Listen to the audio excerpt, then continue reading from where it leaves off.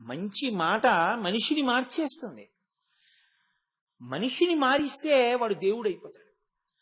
మంచి మాట లేకుండా నువ్వు అన్నం పెట్టావు, శరీర బలంతో వాడు చెయ్యకూడని పని చేయడానికి వాడు సిద్ధపడచ్చు. అప్పుడు నువ్వు పెట్టిన అన్నం ఉపకారానికి పనికి రాకపోవచ్చు. కానీ చెప్పిన మంచి మాట మాత్రం తప్పకుండా మంచి కొరకే పనికొస్తుంది. వాడు దుర్మార్గుడై విడిచిపెట్టాడు, నీ దోషమేం లేదు అందులో. కానీ చెప్పగా చెప్పగా చెప్పగా చెప్పగా ఎప్పటికైనా పనికొస్తుంది. రామకృష్ణ పరమహంస ఒక మాట చెప్తుండేవారు. బోధ గురించి చెప్తూ ఆయన అన్నారు, ఒకానొకప్పుడు ఒక దొంగ ఒక రాజుగారి ఇంట్లో కన్నం వేయడానికి వెళ్ళాడు. ఆయన అనుకున్నాడు బాగా చీకటి పడిపోయింది కదా, రాజు రాణి పడుకుంటారనుకుని ఆ గదిలోకి వెళ్ళాడు. రాజుగారు రాణిగారు ఇంకా తెలివిగా ఉండి మాట్లాడుకుంటున్నారు. రాణిగారు అంటోంది, ఒక్కతే కూతురు కదా, మన ఇంటికి ఎవరల్లుడుగా వస్తాడో అతనికే రాజ్యం అంతా ఇచ్చేయాలి కదా, మంచి పిల్లాన్ని చూసి మన అమ్మాయికి ఇచ్చి చేద్దాం, అంత అందాల రాశి కదా మన కూతురు అని అంటే భర్త అన్నాడు, అవును, కానీ ఎవరికిచ్చి మన అమ్మాయిని పెళ్లి చేస్తానన్నా ఉత్తరోత్తర అంతా వాడికే చెందుతుందని మంచివాడిలా ప్రవర్తిస్తాడు ప్రతివాడు. కాబట్టి నేనేం చేస్తానో తెలుసా, సర్వసంగ పరిత్యాగం చేసిన వాడు ఉంటాడే అలాంటి వాడిని ఒకడిని చూస్తాను, చూసి పిల్లనిస్తాను. ఆయన ఏదో అన్నాడు మాట వరుసగా ఆ మాట. ఇది ఆ దొంగ విన్నాడు. వాడనుకున్నాడు అని రేపు ఈశ్వరుడికి అటువంటి మంచి పిల్లాడొకడు దొరకాలి అని కోరుకుని మన ఇద్దరం కలిసి గుడికెడదాం నీలకంఠేశ్వరాలయానికి. అలాగే అందావిడ. వీడనుకున్నాడు, ఇప్పుడు నేను ఇక్కడ వజ్రాలు వైడూర్యాలు దొంగిలించడం ఎందుకు, ఈ రాజ్యమే నాదైపోతుంది. రేపు నేను ఏ కోరిక లేని వాళ్ళ ఏదో తెల్లటి బట్టో లేకపోతే ఏ రంగు బట్ట కట్టుకుంటే లోకం ఇంకా ఆయన ఏ హింస చెయ్యడని నమ్ముతుందో అటువంటి బట్ట ఒకటి కట్టుకుని గుడి మెట్ల మీద కూర్చుంటాను. కూర్చుంటే రాజుగారు అటుగా వచ్చి, కుర్రాడు ఇలా ఉన్నాడు, మంచి బాగున్నాడు అనుకుని ఒకవేళ నన్ను అల్లుండి చేసేసుకుంటే అంతా నాదైపోతుంది కదా, గొడవ వదిలిపోతుంది అని వాడు అలాంటి బట్ట కట్టుకుని గుడి మెట్ల మీద కూర్చున్నాడు. రాజు రాణి అలా వెళ్ళిపోతూ నిజంగా వాడిని చూసి, అబ్బా ఎంత బాగున్నాడో, బలాఢ్యుడు, కండలు తిరిగి ఉన్నాడు, మంచి తేజోవంతుడు, వీడికి పిల్లనిస్తే బాగుంటాడు అని, ఏమాయ్ నీకు పిల్లనిస్తాం మా అమ్మాయిని చేసుకుంటావా, నేను మహారాజుని.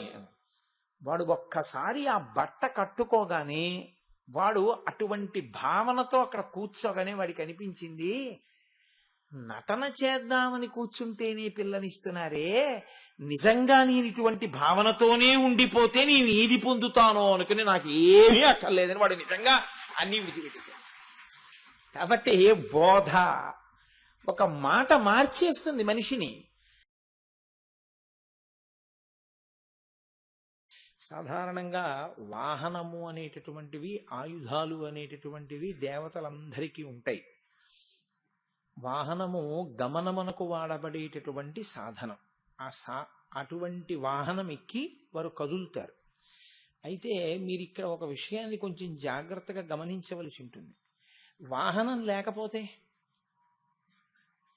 ఒకవేళ వాహనమును ఆయన ఏ కారణం చేతనైనా అధిరోహించకుండా వెళ్ళవలసి వస్తే ఆయన అటువంటి వేగంతో వెళ్ళలేనివాడా, ఎక్కడికైనా వెళ్ళవలసి వస్తే ఆయన అక్కడికి వెళ్ళలేనివాడా అన్న ప్రశ్న వేస్తే, అసలు ఆయన వెళ్ళడానికి అని వేరే చోటు ఉన్నవాడు కాడు కదండి. నిన్న మీకు కైలాసవాసి అన్న నామం గురించి చెప్తూ నేను చెప్పాను, ఆయన అంతటా వ్యాప్తమై ఉంటాడు అని. అప్పుడు ఆయనకి అసలు వెళ్ళవలసిన అవసరం ఏముంది? అంతటా ఉన్నవాడు ఎక్కడి నుంచి కావాలంటే అక్కడి నుంచే వ్యక్తమవుతాడు. అసలు ఆయనకి వాహనము యొక్క అవసరము లేనే లేదు. యథార్థంగా మాట్లాడితే పోని ఉంచుకున్నాడు, అలా ఉంటుంది వాహనం. అప్పుడప్పుడు దాని మీద ఎక్కి తిరుగుతాడు, మీకేమిటి అభ్యంతరం? విహారమునకు వెళతాడు. ఒక స్థూల రూపంతో పార్వతీ సహితుడై వృషభారూఢుడై ఆయన అసుర సంధ్య వేళలో ఆకాశ మార్గంలో తిరుగుతూ శ్రీశైల పర్వతం మీద దిగుతారు అని ఒక నానుడి. కాబట్టి ఇప్పుడు ఒక వాహనము విహారము కొరకు ఉన్నది, అభ్యంతరం ఏముంది అందులో? లేదు. వాహనం అనేటటువంటిది ఒక ఐశ్వర్యమునకు చిహ్నం. వాహనము ఒక యోగం కదండి లోకంలో. ఆయనకు ఒక వాహనం ఉంది, అదొక మర్యాద. ఆ వాహనమునకు మళ్ళీ ఒక స్థాయి ఉంది, అదొక మర్యాద. సైకిల్ ఉన్నవాడి కన్నా స్కూటర్ ఉన్నవాడికి ఉండే గౌరవం వేరు. స్కూటర్ ఉన్నవాడి కన్నా కారు ఉన్నవాడికి ఉండే గౌరవం వేరు. కారున్నవాడి కన్నా కారులో ఒక పెద్ద పడవంత కారున్నవాడికి ఉండే గౌరవం వేరు కదూ. శివుడు, విష్ణువు, ఇతర దేవతా స్వరూపములు ఎక్కి వెళ్ళేటటువంటి వాహనములు కూడా అటువంటి స్థాయి కలిగినవేనా? దానికి ఏమైనా ప్రత్యేకత ఉంటుందా అంటే, మనకి మహాభారతం అనుశాసనిక పర్వంలో ఒక విషయాన్ని ప్రస్తావన చేస్తారు. పార్వతీదేవి అడిగింది పరమేశ్వరుణ్ణి, ఇన్ని వాహనములు ఉన్నాయి కదా, నువ్వు దేన్నైనా అధిరోహించచ్చు, నువ్వు ఎందుకు వృషభ వాహనం ఎక్కుతుంటావు అని అడిగింది ఆవిడ. అంటే ఆవిడికి తెలియక అడగదు, లోకమునకు ప్రకాశింప చేయడం కోసమని ఆవిడ ప్రశ్న వేస్తూ ఉంటుంది. వేస్తే అక్కడ శంకరుడు ఒక మాట చెప్పాడు, నేను వృషభ వాహనమునే అధిరోహించి తిరుగుతాను. కారణం ఒకటి ఉంది. ఒకానొకప్పుడు నేను హిమవత్ పర్వతం మీద కూర్చుని తపోనిష్ఠాగరిష్ఠుడనై ఉండగా అక్కడికి కొన్ని గోవులు వచ్చి నా తపస్సుకి కించిత్ విఘ్నమును కలిగించినట్లుగా ప్రవర్తించాయి. ఒక దూడ పాలు తాగుతోంది, దాని నోటిలోకి చేరినటువంటి నురుగు గాలికి రీగి నా మీద పడింది. అప్పుడు అది ఎంగిలి కదా, నా మీద పడితే నాకు కించిత్ కోపం వచ్చి నేను అలా ఎర్రగా చూశాను. నా కంటి రంగు ఎరుపు రంగు వెళ్ళి ఆవు మీద పడ్డం వల్ల కొన్ని గోవులు ఎరుపు రంగు గోవులు అయ్యాయి. నిజంగా శంకరుడు గోవుల వంక అలా కోపంగా చూసి గోవుల్ని బాధ పెట్టేవాడైతే ఇంకా ధర్మం అన్న మాటకు అర్థం లేదు. కాదు, ఆయన ఎందుకు చేశాడా పని అంటే, గోవులలో కొన్ని గోవులకు మళ్ళీ విశిష్ట స్థానం ఇవ్వాలనుకున్నాడు. అందుకని ఆ ఎరుపు రంగు కలిగినటువంటి గోవు కపిల గోవు అయింది. అందుకే ఒంటి మీద కించిత్ ఎర్రటి మచ్చ ఉన్నా సరే ఆ గోవు చాలా శ్రేష్టమైనటువంటి గోవు. దాన్ని కపిల గోవు అంటారు. అది ఎరుపు అన్నప్పుడు పూర్తి ఎర్రగా కుంకుమ రంగులో ఉండడం అవకాశం ఉండదు. నలుపు ఎరుపు కలిస్తే ఎలా ఉంటుందో అటువంటి ఎరుపుని కపిలవర్ణము అంటారు. అటువంటి రంగు కలిగిన గోవులు లోకంలో తయారయ్యాయి. అప్పుడు బ్రహ్మగారు వచ్చి నన్ను వేడుకుని ఒక మాట అన్నాడు, ఈశ్వరా మీకు తెలియని విషయం కాదు, పాల విషయంలో ఎంగిలి అన్న మాట లేదు. దూడ తాగినా ఆ పాలు ఎంగిలి కావు. కాబట్టి మీరు ఎందుకు కోపగించారు అని అడిగాడు. నేను ఒక చిరునవ్వు నవ్వి ఊరుకున్నాను. ఆయన ఉద్దేశ్యం ఏమిటంటే, ఇదిగో ఈ గోవులలో ఆ ఎరుపు రంగు కలిగిన గోవులు ఇప్పుడు శ్రేష్టతమములయ్యాయి. అటువంటి ప్రాణిని మళ్ళీ గోవులలో ఉత్కృష్టతను ఏర్పాటు చేయడం కోసం నేను అలా చూశాను. బ్రహ్మగారు సంతోషించి పరమేశ్వరుడి దగ్గరికి తీసుకొచ్చి ఒక ఎద్దుని బహూకరించాడు. ఆ ఎద్దుని స్వీకరించి ఆనాటి నుంచి ఆ ఎద్దుని నేను రెండుగా వాడుకుంటున్నాను. ఒకటి అదే నా పతాకం మీద ఉంటుంది, ఆ ఎద్దు మీద కూర్చుని నేను ప్రయాణం చేస్తూ ఉంటాను. ఇది బాహ్యంలో ఎద్దు మీద కూర్చుని ఆయన తిరుగుతాడు వరకు బాగుంటుంది. కానీ నిజంగా మన దృష్టితో లౌకికమైన దృష్టికోణంలో ఆలోచించినప్పుడు ఆయన కన్నా వేగవంతమైన సాధనాలు మనకు ఉన్నట్లు అవుతుంది కదండి. శంకరుడికి లేవు, మనకే ఉన్నాయి. ఆయన కన్నా వేగంగా వెళ్ళు. ఎద్దు మనం వెళ్ళినంత వేగంగా వెళ్ళదుగా, మన సాధనాలు వెళ్ళినంత వేగంగా వెళ్ళదుగా. అంతేనా దాని అర్థం? కాదు. ఎద్దుని వృషాంకో అని కదా ముందు, ధ్వజమునందు గుర్తుగా కలిగినవాడు అన్న మాటకు అర్థం ఏమిటంటే, వృష శబ్దము వర్షించడానికి మంగళప్రదమైనటువంటి దృష్టికోణమునకు, తాదాత్మ్యత కలిగినటువంటి దృష్టికి, శత్రు సంహారము చేయగలిగిన దృష్టికి, మిత్రులను ఉద్ధరించగలిగిన దృష్టికి అది ఒక సంకేతముగా నిలబడుతుంది. అందుకే ఏ కోరిక అన్నది కాదు, మీరు ఏ కోరిక కోరండి, ఆయనకి తీర్చలేనిది అన్నది లోకంలో లేదు. ఆయన ఏ కోరిక అయినా తీర్చగలడు. ఎందుకని? ఆయన భగవాన్, ఆయన సాక్షాత్ భగవానుడు. కాబట్టి ఆయన సృష్టి చెయ్యగలడు, స్థితి చెయ్యగలడు, లయ చెయ్యగలడు. అటువంటి వాడు మీరు కోరుకున్నటువంటి ఒక కోరికని తీర్చలేని వాడని ఎందుకు అనుకుంటున్నారు? ఏ కోరికనైనా ఆయన తీర్చగలిగినటువంటి వాడై ఉంటాడు. ఇప్పుడు ఈ మాట ఆయన కితాబు కొరక, ఆయనంత గొప్పవాడని చెప్పుట కొరక కాదు. నువ్వు ఆశ్రయించడంలో నిబద్ధతను పొందు. నువ్వు అక్కడా ఇక్కడా తిరగడం కాదు, నువ్వు ఈశ్వరుణ్ణి గట్టిగా పట్టుకుంటే ఈశ్వరుడు వేరొకరి రూపంలో నీకు ఉపకారం చేస్తాడు. నువ్వు పట్టుకోవలసింది ఈశ్వరుణ్ణే. అది ఏ కోరిక అవని, అది తీరడము అన్నది ఎవరి వల్ల జరుగుతుంది? ఒక్క ఈశ్వరుడి వల్లే జరుగుతుంది. అది సాధ్యాసాధ్యములన్న మాట ఏమీ ఉండదు ఆయనకి. ఒకసారి కంచికామకోటి పీఠాధిపత్యం వహించినటువంటి పరమాచార్య స్వామి వారు నిరూపించి చూపించారు. ఆయనకి ఒక అంత్యవాసి ఒకరు ఉండేవారు. ఆయన ఇంకా అసలు ఆయనకి ఈశ్వరుడు కూడా లేడు. ఆయన ఇప్పుడు చంద్రశేఖర చంద్రశేఖర చంద్రశేఖర చంద్రశేఖర అంటుండేవారు. అంత భక్తి పరమాచార్య స్వామి వారంటే. ఆయన బాగా పెద్దవారు అయిపోయారు. పరమాచార్య స్వామి వారు కాదు, ఆయన అంతేవాసి. పెద్దవారై పరమాచార్య స్వామి వారు కూడా పెద్దవారు అయిపోయారు. అప్పటికి పెద్దవారైపోయి ఆయన సహస్ర చంద్ర దర్శనోత్సవం లాంటి ఉత్సవం ఒకటి చేసుకుంటున్నారు. వయస్సు ఒక స్థితిని దాటిన తరువాత చేసుకునే ఉత్సవాన్ని. అది చేసుకునేటప్పుడు ఏమైందంటే ఎలా చేసుకోవాలి, ఏ ఏ కార్యాలు చెయ్యాలి, ఇవన్నీ కాగితం మీద ఇలా ఇలా చేసుకోండి అని వ్రాసి ఇచ్చినది పరమాచార్య స్వామి. అలాగే చేయించుకుంటున్నారు ఆయన. చేయించుకుంటుండగా అకస్మాత్తుగా రెండవ రోజు మరి భార్య గారు కోమాలోకి వెళ్ళిపోయారు. ఆవిడ మధుమేహంతో బాధపడుతున్నటువంటి వ్యక్తి. నాకు జ్ఞాపకం ఉన్నంత వరకు నేను ఇప్పుడు చదివినటువంటి విషయాలు. ఆవిడ కోమాలోకి వెళ్ళిపోయారు. వెళ్ళిపోతే ఇప్పుడు తండ్రి గారి ఉత్సవం ఎలా పూర్తవుతుంది? కష్టం కదా. కాబట్టి కొడుకు చెన్నై నుంచి విమానంలో బయలుదేరి హైదరాబాద్ వచ్చాడు. హైదరాబాద్ పక్కన ఏదో ఒక చిన్న పల్లెటూరులో అప్పటికి ఆయన సంచారం చేస్తున్నారు పరమాచార్య స్వామి. అక్కడ ఉన్నారు. అతను ఒక కారులో తెల్లవారుజాము వేళటికి అక్కడికి చేరుకున్నాడు. పరమాచార్య స్వామి వారు విశ్రాంతిలో ఉన్నారు. ఉండమన్నారు శిష్యులు. తెల్లవారుజాము సమయంలో 3:30-4 మధ్యలో వారు లేచి దర్శనం ఇచ్చారు. ఏమైందని అడిగారు. ఇలా ఇలా జరిగింది, అమ్మ కోమాలోకి వెళ్ళిపోయింది, నేను మీ అనుగ్రహం కోసం వచ్చాను. అమ్మ లేకపోతే ఇప్పుడు ఉత్సవం జరగదు కదా, మీరే అనుగ్రహించాలి. ఖచ్చితంగా 4:30 అయింది తెల్లవారుజామున సమయం. పరమాచార్య స్వామి ఒక్కసారి పద్మాసనం వేసుకుని ధ్యానం చేశారు. ధ్యానం చేసి కొంచెం పంచదార తీసి పొట్లం కట్టించి, నువ్వు వెళ్ళి ఇది మీ అమ్మగారి నోట్లో వెయ్యి, మీ అమ్మగారు బతుకుతారన్నారు. అంటే ఆయన అన్నారు, నేను వెళ్ళే వరకు అమ్మ ఉంటుందా ఈ పంచదార వేయడానికి అన్నారు. ఉంటారు మీ అమ్మగారు. నువ్వు ఎలా పెడతావు చెన్నై అంటే? హైదరాబాద్లో 7:30కి విమానం ఉంది, కానీ అందుతుంది అని నాకు నమ్మకం లేదు. ఎందుకంటే నేను వెళ్ళలేను హైదరాబాదు 7:30 అయ్యేటప్పటికి, విమానం వెళ్ళిపోతుంది అప్పటికన్నారు. పరమాచార్య స్వామి ఒక్కసారి కళ్ళు మూసుకుని తెరిచన్నారు, వెళ్ళదు విమానం, నువ్వు వెళ్ళు అన్నారు. సరే, గురువుగారి మీద నమ్మకంతో ఆయన కారు వేసుకెళ్ళిపోయారు. వెళ్ళిపోతే విమానాశ్రయంలోకి వెళ్ళి అడిగితే విచిత్రం ఏంటంటే ఏదో కారణం వల్ల విమానం ఆలస్యంగా ఉండిపోయింది, అక్కడ వెళ్ళలేదు అది.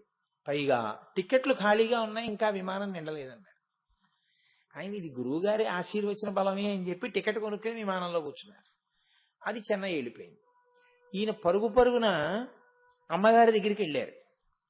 డాక్టర్లు అన్నారు, చాలా ఆశ్చర్యం, ఈవిడ కోమాలోకి వెళ్ళిపోయిందని మేము అనుకున్నాం, ఈవిడ ఖచ్చితంగా తెల్లవారుజామున 4:30 తెలివి వచ్చింది, ఈవిడికి ఎలా వచ్చిందో అన్నారు. వెంటనే ఆ పిల్లాడు ఆ పంచదార నోట్లో వేశాడు. ఆవిడ చక్కగా మాట్లాడాడు. ఒక్కసారి ఆ పిల్లాడు జ్ఞాపకం తెచ్చుకున్నాడు, 4:30కి అమ్మకి తెలివి వచ్చింది, 4:30కి ఏదో అయింది అని. అతను గుర్తు చేసుకుంటే 4:30 పరమాచార్య స్వామి వారు ధ్యానం చేశారు. ఖచ్చితంగా ఏడాది పోయిన తర్వాత ఈ ఉత్సవాలన్నీ అయిపోయిన తర్వాత ఈ పిల్లవాడు మళ్ళీ పరమాచార్య స్వామి వారి దగ్గరికి వెళ్ళాడు. అమ్మగారు వెళ్ళిపోయారు కదా అని అడిగారు. మీ అమ్మగారికి ఆయుర్దాయం 1 ఏడాది క్రితమే అయిపోయింది, ఆవిడ వెళ్ళిపోవాలి. నేను కామాక్షి అమ్మవారిని ప్రార్థన చేశాను, ఇంకొక ఏడాది ఇమ్మని.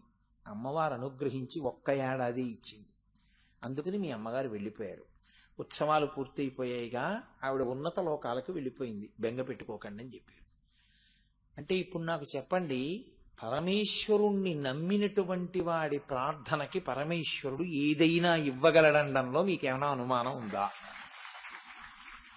ఆయన ఏదైనా ఇవ్వగలడు.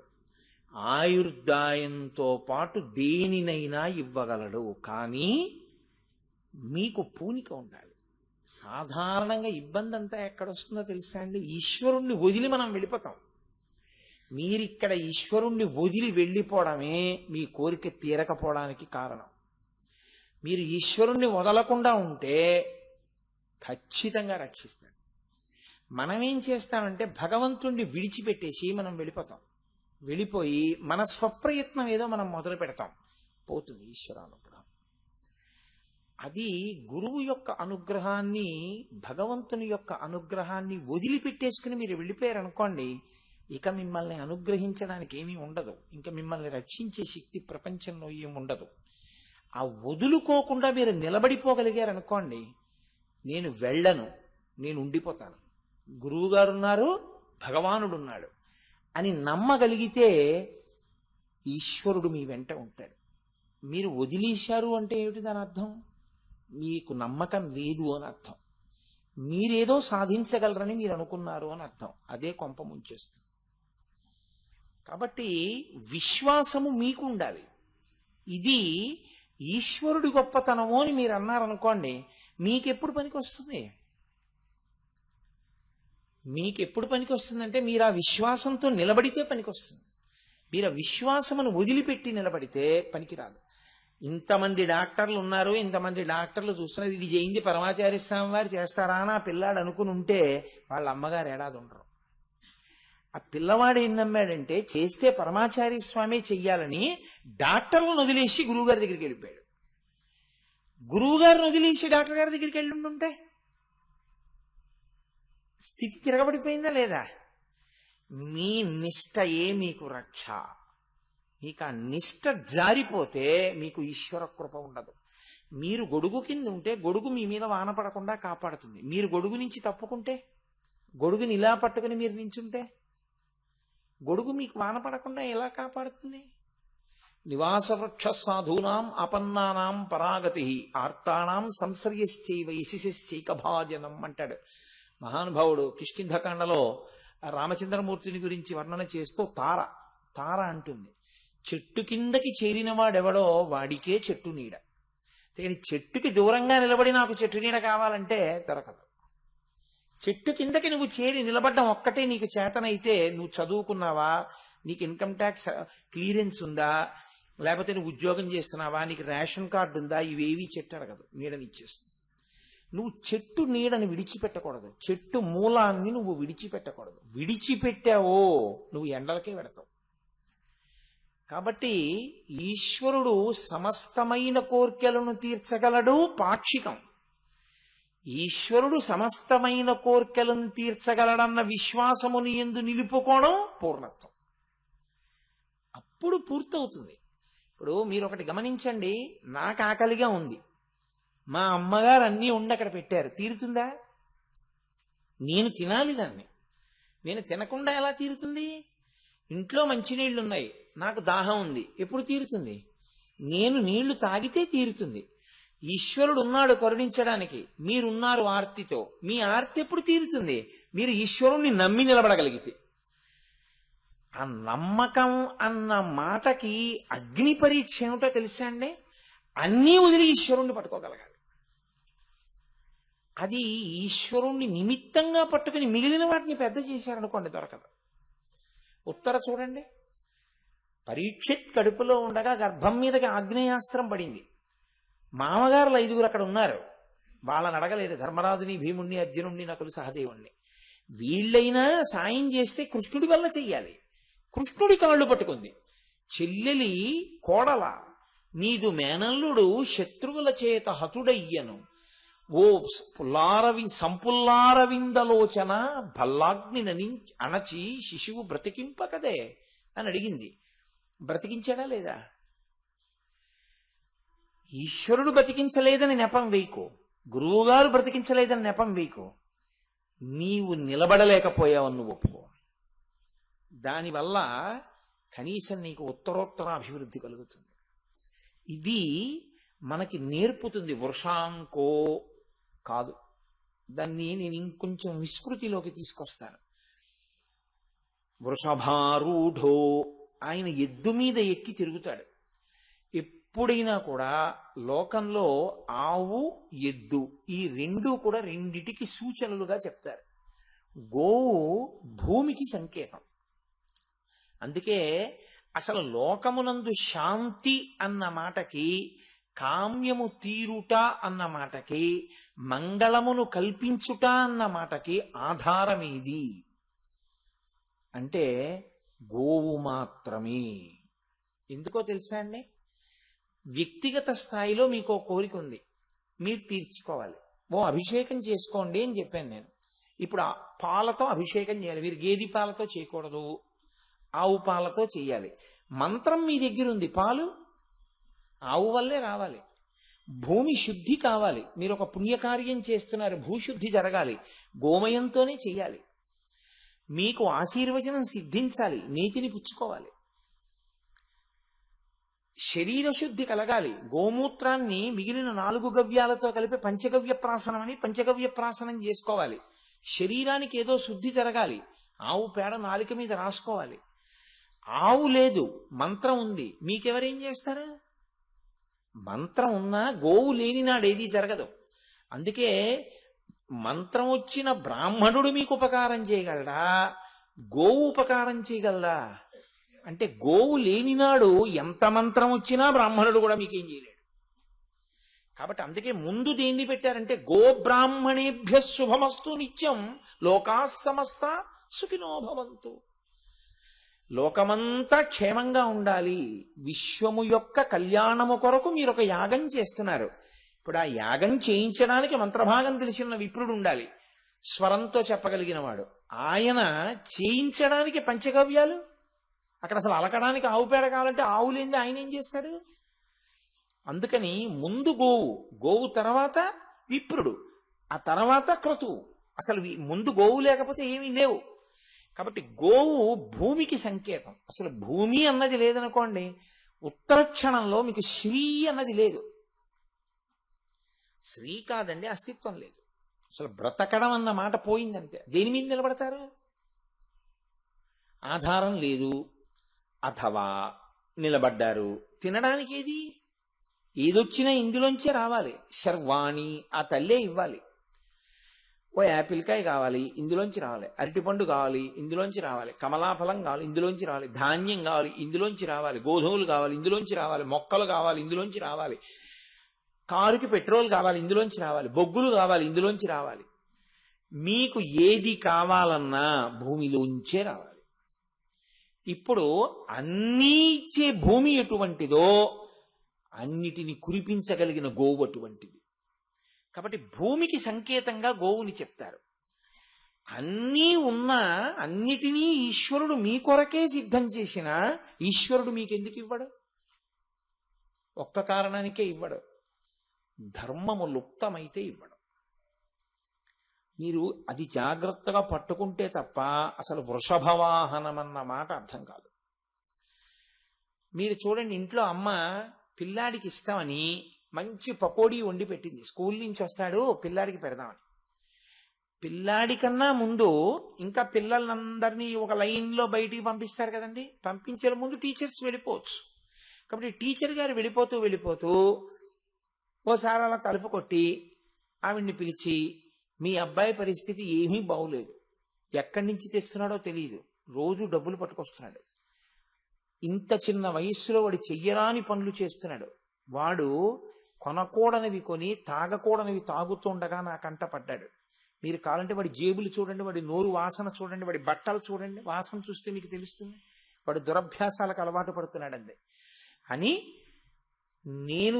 మేము స్కూల్లో ఎంతసేపు నిగ్రహిస్తాం, మీరు ఇంట్లో చూడాలి, మీ పిల్లాన్ని జాగ్రత్త చేసుకోండి అని చెప్పి టీచర్ గారు వెళ్ళిపోయారు. తెలుసున్నవారు కాబట్టి చెప్పాను సుమా అమ్మ అని. అమ్మ పకోడీ పిల్లాడికి పెట్టడానికే చేసింది. ఇప్పుడు కొడుకు వచ్చాడు, పెడుతుందా? దానాన్న తిను, పకోడీ నీకోసమే చేశానరా అని పళ్ళెంలో పోసి పెడుతుందా? పెట్టదు, ఉగ్రురాలు అవుతుంది. సరిగదా తండ్రికి కూడా చెప్తుంది. ఒకవేళ పెట్టవలసి వచ్చినా చాలా అన్యమనస్కంగా పెడుతుంది కదండి. వాడి కోసమే ఉండిన అమ్మ వాడికి ఎందుకు పెట్టలేదు? వాడు ఎలా ఉండాలని తల్లిదండ్రులు కోరుకున్నారో అలా వాడు ఉండలేదు, అందుకని వాడికి పెట్టలేదు తప్ప వాడికి పెట్టద్దన్నది అమ్మ కోరిక. నిజానికి అమ్మ పెట్టకుండా చేసుకున్నది వాడు. అయితే మీరు ఒక విషయం గమనించాలి, పెడదామనుకున్న అమ్మ పెట్టకుండా కొట్టింది, నాన్నగారు కొట్టారు. వారు ఏడుస్తూ పడుకుని నిద్రపోయాడు. అమ్మ మరిచిపోయింది. ఇంత గొడవలో మళ్ళీ వచ్చి గబుక్కుని పళ్ళెం తీస్తే పకోడీలు కనపడ్డాయి. అమ్మకి కన్నులంబట బొట బొట బొట బొట నీళ్లు పడిపోతాయి. ఇంత కష్టపడి మధ్యాహ్నం నుంచి చేశాను పెడదామని, పకోడీలు తినకపోగా అన్ని దెబ్బలు తిని పడుకున్నాడు అని వెంటనే అమ్మ ఈశ్వరుడికి ఏమన్నా నమస్కారం చేస్తుందంటే, వీడికి సద్బుద్ధి నీ తండ్రి, ఎందుకు ఇలా దెబ్బలు తింటున్నాడు, ఎందుకు ఇలా తప్పుగా ప్రవర్తిస్తున్నాడు అని బాధపడుతుంది తప్ప కొట్టడంలో క్రౌర్యం ఉందని మీరు అనగలరా? వాడిని దిద్దాలన్నది అమ్మ తాపత్రయం, అంతేకాని వాడిని కొట్టాలన్నది అమ్మ తాపత్రయం కాదు. శిక్షలో ఆర్తి ఉంది అమ్మకి. ఈశ్వరుడు కూడా వృషభం మీద కూర్చుంటాడంటే అర్థం ఏమిటో తెలుసా అండి? నువ్వు ధర్మాన్ని పట్టుకో, నీకు అర్ధకామములు నేను ఇస్తాను. అందుకే మీకు ప్రపంచంలో ఎక్కడా అసలు సంకల్పము అన్నది ఇంకా ఉండదు. మీరు ఏ ఇతర విశ్వాసముల యందు ఏ మనిషి వెళ్ళి ఇంకా ప్రత్యేకంగా కోరవలసినటువంటి అవసరం ఉండదు. నా కూతురికి పెళ్లి కావాలి, అది పురుషార్థము, జీవుడు అర్థిస్తున్నాడు ఆ కోరికని. నా కొడుక్కి ఉద్యోగం కావాలి, పురుషార్థము, నేను అర్థిస్తున్నాను. నా భార్య ఆరోగ్యంగా ఉండాలి, పురుషార్థము, నేను అర్థిస్తున్నాను. నేను 10 కాలాల పాటు ఇలా ప్రవచనం చేస్తూ 10 మందికి పనికొచ్చేటట్టు బ్రతకాలి, పురుషార్థము, నేను అర్థిస్తున్నాను. ఏది కోరినా ఒక్కటే చెప్తారు. మీరు గుళ్ళోకి వెళ్ళి పూజ చేయించుకునేటప్పుడు మీరు చెయ్యకూడనివి 2 ఉంటాయి. మీరు కొత్తగా ఒక సంకల్పాన్ని చెప్పి ఈశ్వరుడికి చెప్పవలసిన అవసరం ఉండదు. యథార్థం కారు కొనుక్కోవడం కోసం, ఇల్లు కొనుక్కోవడం కోసం అలా ఏం పూజలు చెయ్యక్కర్లేదు. 2, ఇంటి యజమాని పేరు చెప్పి ధర్మపత్ని సమేతస్య అంటే చాలు. మీ పేరు, మీ ఆవిడ పేరు, మీ అబ్బాయి పేరు, కోడలి పేరు, మనవల పేర్లు, మీ ఆఫీస్ పేరు, మీ కంపెనీ పేరు, మీ కుక్క పేరు అన్నీ ఈశ్వరుడికి చెప్పక్కర్లేదు. ఎందుచేత అంటే ఋషులు అలా నిబద్ధం చేశారు, అంత అందంగా దాన్ని తీసుకొచ్చారు. నా కొడుకు అందరూ బాగుండాలని అనుకున్నాడు అనుకోండి, మా ఇంట్లో అందరం బాగుండాలి అని అనుకున్నాడు అనుకోండి, నా పేరు మీద చేయించాలి పూజ. ఎవరి పేరు మీద చేయించమంటారు అని అడిగారు అనుకోండి, ఆత్రేయ గోత్రస్య కోటేశ్వర శర్మనామధేయస్య అని చేయండి, అంతే. నా పేరు చెప్పండి, మా చెల్లెలి పేరు చెప్పండి అని అడగక్కర్లేదు. ఎందుకో తెలుసా అండి? కోటేశ్వర శర్మనామధేయస్య ధర్మపత్ని సమేతస్య సకుటుంబస్య సపరివారస్య, నా కుటుంబం అంతా అందులోకి వచ్చేసింది. సపరివారస్య, అసలు నా పరివారం కూడా అందులోకి వచ్చేసారు, మళ్ళీ ఎందుకు పేరు చెప్తావు? అంటే ఋషుల కన్నా నీకు తెలుసనా? లేకపోతే నీవు కోరుకున్నది ఈశ్వరుడు తెలుసుకోలేడనా? నీ వాళ్ళు ఆయనకి తెలియదనా? దేనికి చెప్తున్నావు నువ్వు? అసలు అలా చెప్పక్కర్లేదు. అర్చకులు కూడా అడగక్కర్లేదు. అలా చెప్పినా అక్కర్లేదమ్మా అని చెప్పాలి వాళ్ళు.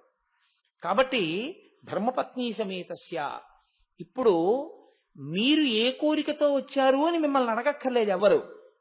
ఎప్పుడు చెప్పినా ఒకటే, ధర్మార్థ కామమోక్ష చతుర్విధ పురుషార్థ ఫల సిద్ధ్యర్థం.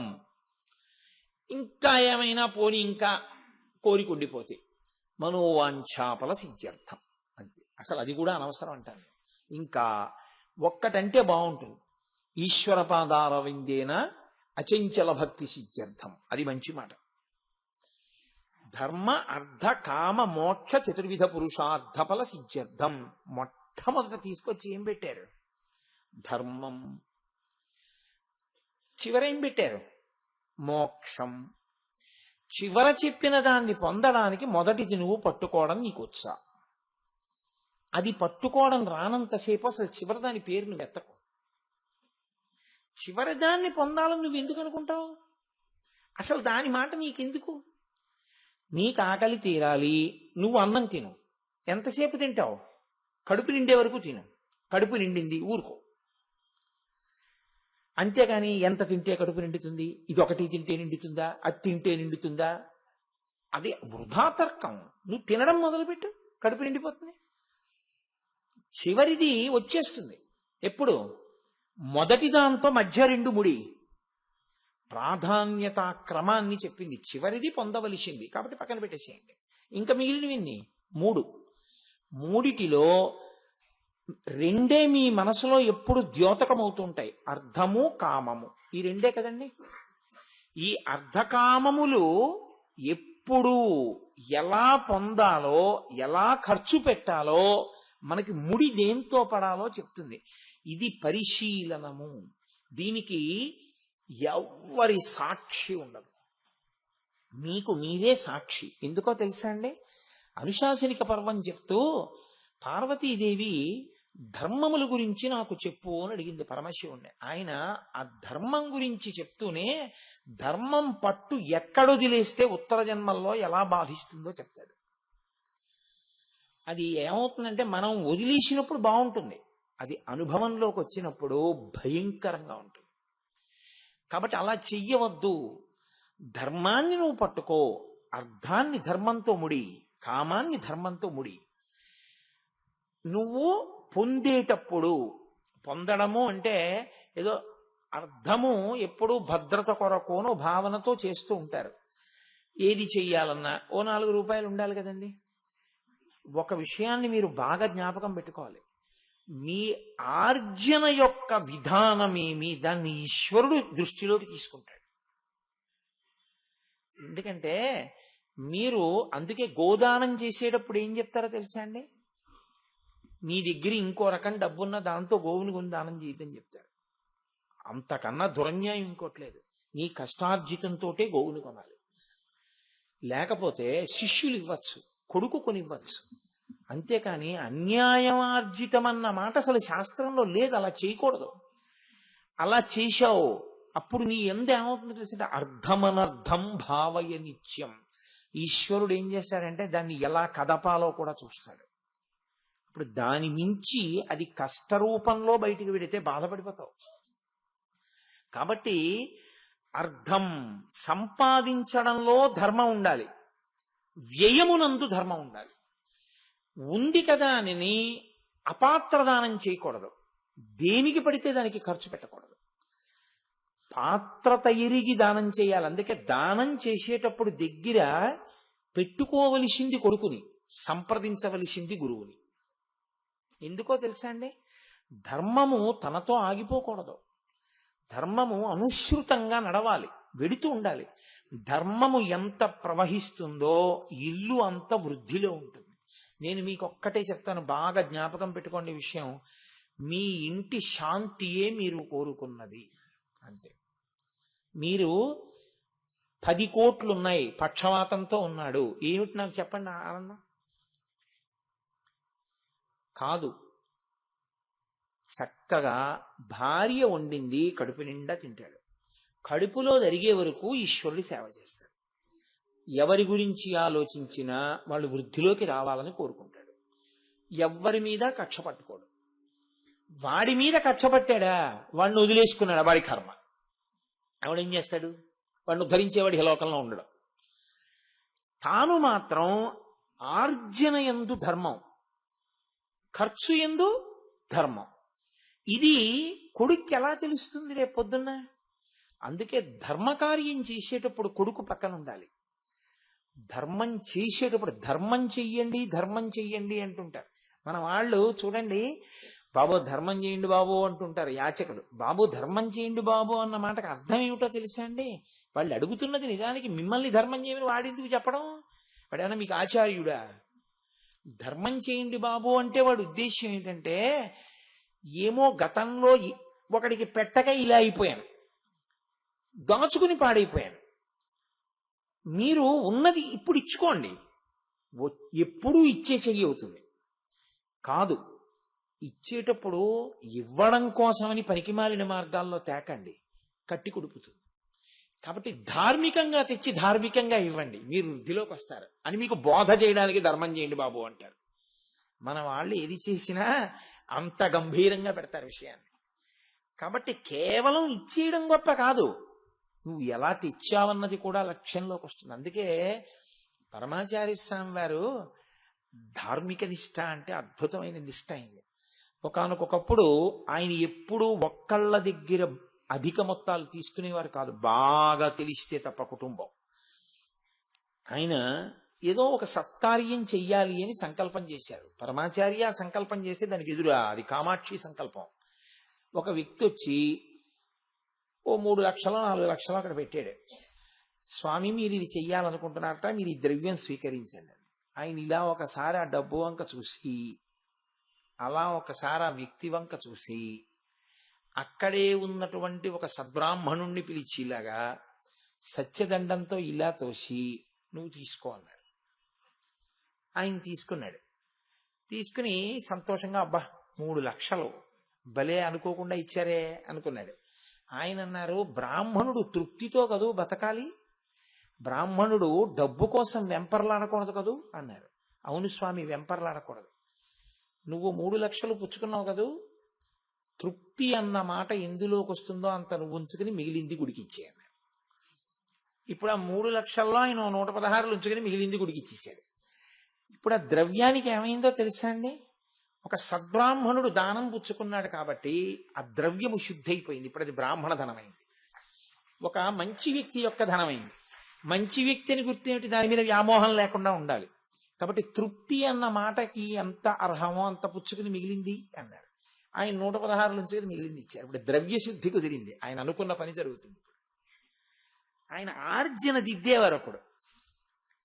అది అందుకని ఒక మంచి పని చేసేటప్పుడు గురువు గారిని సంప్రదించి చెయ్యండి అంటారు. చేసేటప్పుడు కొడుకుని దగ్గర పెట్టుకోండి అంటారు. ఎందుకో తెలుసా అండి? వాడికి ఎప్పుడూ ఏమీ తెలియదు అనుకోండి మీరు చేసేది. వాడికి ఏమైపోతుందంటే అసలు తండ్రి కొడుకుని దగ్గర పెట్టుకుని చేయడం అన్నది ఎన్నడూ చేయకపోతే వాడికి చెయ్యడం అన్నది రాదు. ఎందుకో తెలుసా? లోకంలో ప్రతి ప్రాణికి తెలిసేది ఏమిటంటే దాచుకోవడమే, ఇవ్వడం ఎవరికీ తెలియదు. ధర్మము చెయ్యడము అంటే తండ్రి కొడుక్కి చెప్తాడు, కష్టపడి ఇదిగో ఇది సంపాదించాను. నిన్న నేను ఈ లోపలికి వస్తుంటే నాగబాబు గారు నన్ను అక్కడ ఆపి, చూడండి ఈవిడ 1000 రూపాయలు ఇస్తారట గుడికి, గురువు గారు వచ్చాక తీసుకుంటానని నేను తీసుకోలేదన్నారు. ఏమి ఎందుకు తీసుకోలేదన్నాను. ఆవిడ పెద్దవారు, కొడుకులు ఎక్కడో ఉన్నారట. ఆవిడ ఎప్పటి నుంచో దాచుకున్నటువంటి 10 రూపాయలు 20 రూపాయలు చుట్టి వృద్ధాప్యంలో ఆసరా కోసమని ఆవిడ ఎంతో కష్టపడి దాచుకున్నటువంటి డబ్బు ఎప్పటి నుంచి దాచుకుంటోందో ఆ తల్లి, ఒక 1000 రూపాయలు ఆవిడ దాచుకోగలిగింది జీవితంలో. ఆవిడ ఆ 1000 రూపాయలు నన్ను కాపాడవో శివుడు నన్ను కాపాడతాడు అని నిర్ణయానికి వచ్చి ఆ 1000 రూపాయలు శివాలయానికి ఇచ్చేశారు. నేనన్నా, అమ్మ మీకు ఎవరైనా ఉన్నారా మిమ్మల్ని చూడ్డానికి అన్నాను. అంటే ఎక్కడో కొడుకులు ఉన్నారండి అన్నారు. అంటే ఆయన అన్నారు, మరి మీకు కాలో చెయ్యో వంగితే అవసరం ఉండదా ఈ 1000 రూపాయలు? ఆవిడ అన్నారు, శివుడు ఉన్నాడు నువ్వు ఉన్నావు. నేను తెల్లబోయి అబ్బా ఏమి ధృతి అనుకుని మీ ద్వారా పుచ్చుకుందామని ఆగానండి అన్నాడు. నేను తీసుకుని నేనన్నాను, అమ్మా ఈశ్వర దృష్టిలో నేను మీకు ఈ సమయమునందు కొడుకునగుదునుగాక, మీ కొడుకుగా ఈ ద్రవ్యాన్ని ఇస్తున్నాను, నా తల్లి అభ్యున్నతి కొరకు మిమ్మల్ని అమ్మగా భావన చేసి ఇస్తున్నానమ్మా అని ఇచ్చొచ్చేసాను.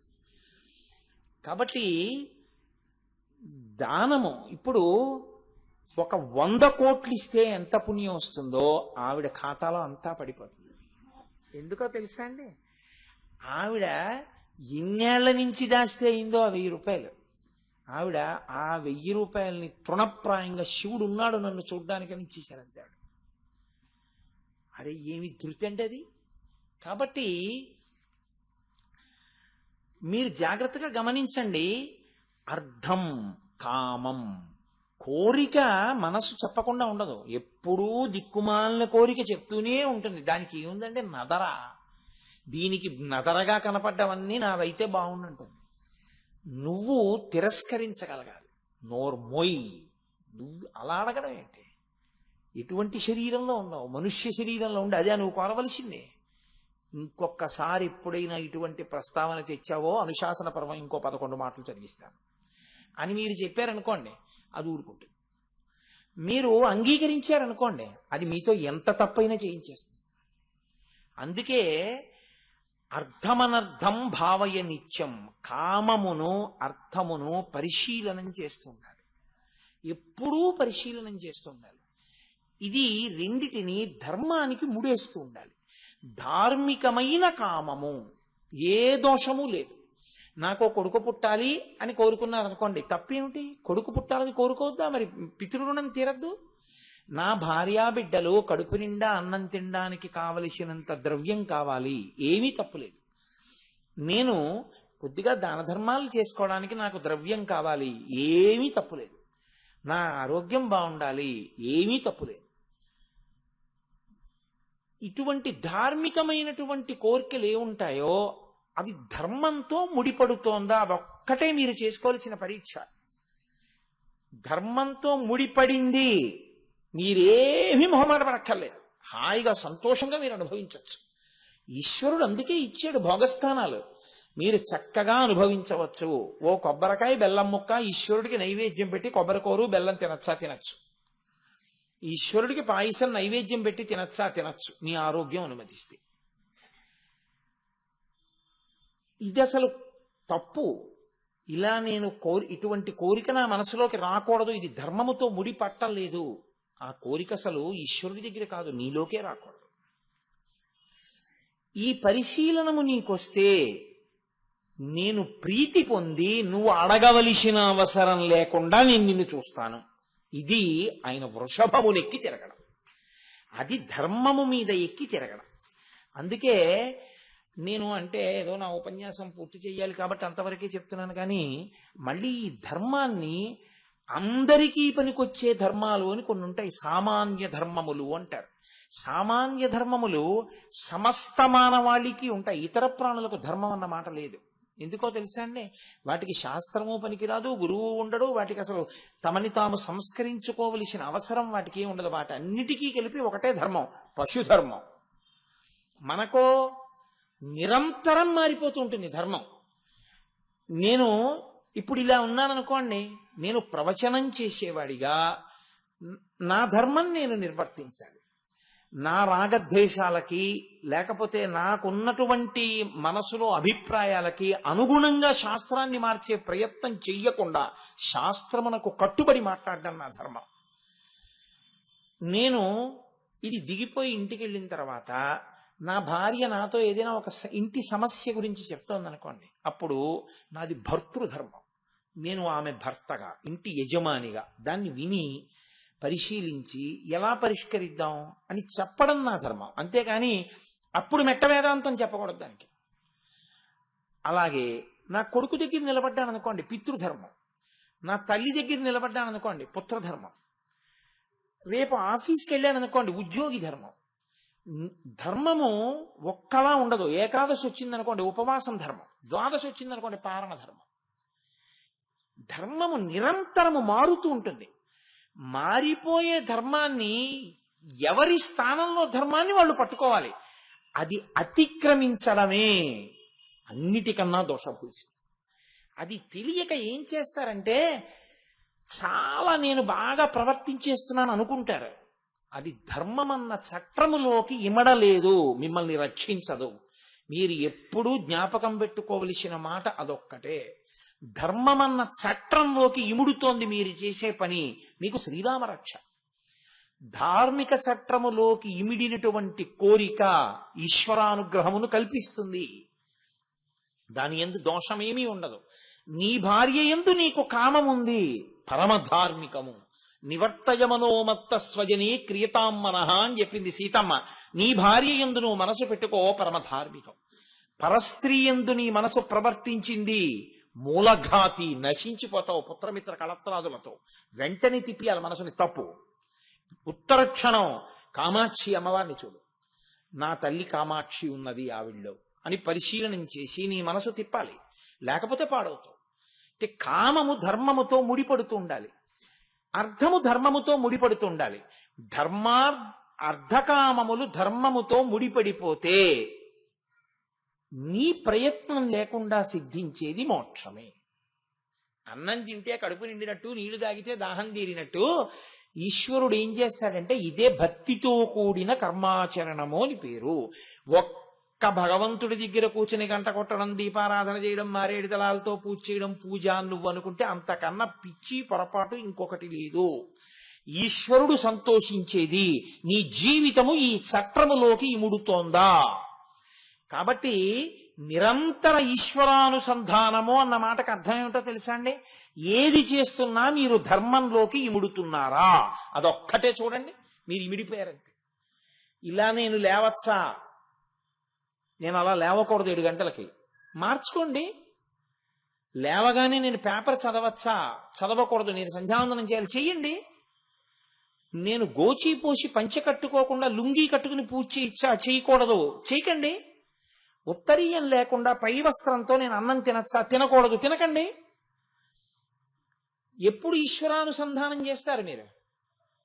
ఎప్పుడూ మిమ్మల్ని మీరు పరిశీలనం చేసుకుంటూ ధర్మచట్రంలోకి నేను ఇముడుతున్నానా అదొక్కటి చూసుకుంటే మీరు విడిచిపెట్టవలసినవి విడిచిపెట్టేస్తారు, మీరు పుచ్చుకోవలసినవి పుచ్చేసుకుంటారు, అంతే, అయిపోయింది. దాని వలన ఏమైపోతుందంటే మోక్షం సిద్ధించేస్తుంది. ఈ జన్మలో కాకపోతే ఉత్తర జన్మలో, ఆ పైక జన్మలో. అలా కాకపోతే శాస్త్రం చెప్పిన వాక్కుకి పరమార్థం లేదు. అలా చెప్పడానికి భయం ఏమీ అక్కర్లేదు, అలా నమ్మడానికి భయం అంతకన్నా ఉండకూడదు. లేనప్పుడు ఇంక శాస్త్రాలు, గురువులు, ఈ ప్రకరణాలు ఇవన్నీ ఎందుకండి? కాబట్టి ధర్మము అనేటటువంటి చట్రంలోకి ఇమడడం నువ్వు నేర్చుకో. అందుకే మన వాళ్ళు ఎప్పుడు ఏం చెప్తారంటే ధర్మ చక్రము అంటారు. అది తిరగాలి. అంటే ఒకనాడు పట్టుకుని ఒకనాడు వదిలేది కాదది. మీ ఊపిరి ఉన్నంత కాలము ధర్మం కూడా ఉంటుంది. నువ్వు పాటించవలసిన ధర్మాన్ని నువ్వు పాటిస్తూనే ఉండాలి, నువ్వు చేస్తూనే ఉండాలి.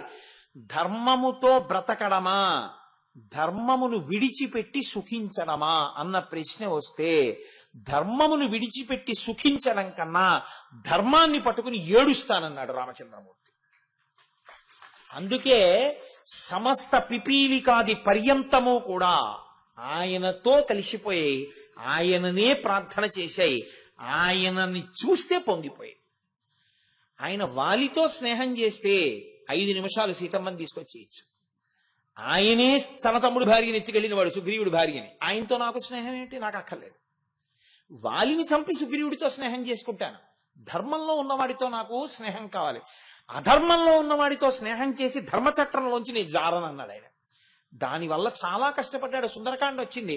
అయితే రాముడికి గుడి కట్టి పూజ ఎందుకు చేస్తున్నామో తెలుసా అండి? ధర్మచట్రంలోకి ఇమిడి నిలబడ్డాడు కాబట్టి. అందుకే ప్రతి క్షణం ధర్మమే రాముడికి. రావణుడితో యుద్ధం వచ్చింది, చంపేశాడు, చచ్చిపోయి కింద పడిపోయాడు. విభీషణ అంత్యేష్టి చెయ్యి అన్నాడు. చిచి ఇటువంటి దుర్మార్గుడికి నీ చెయ్యను అన్నాడు.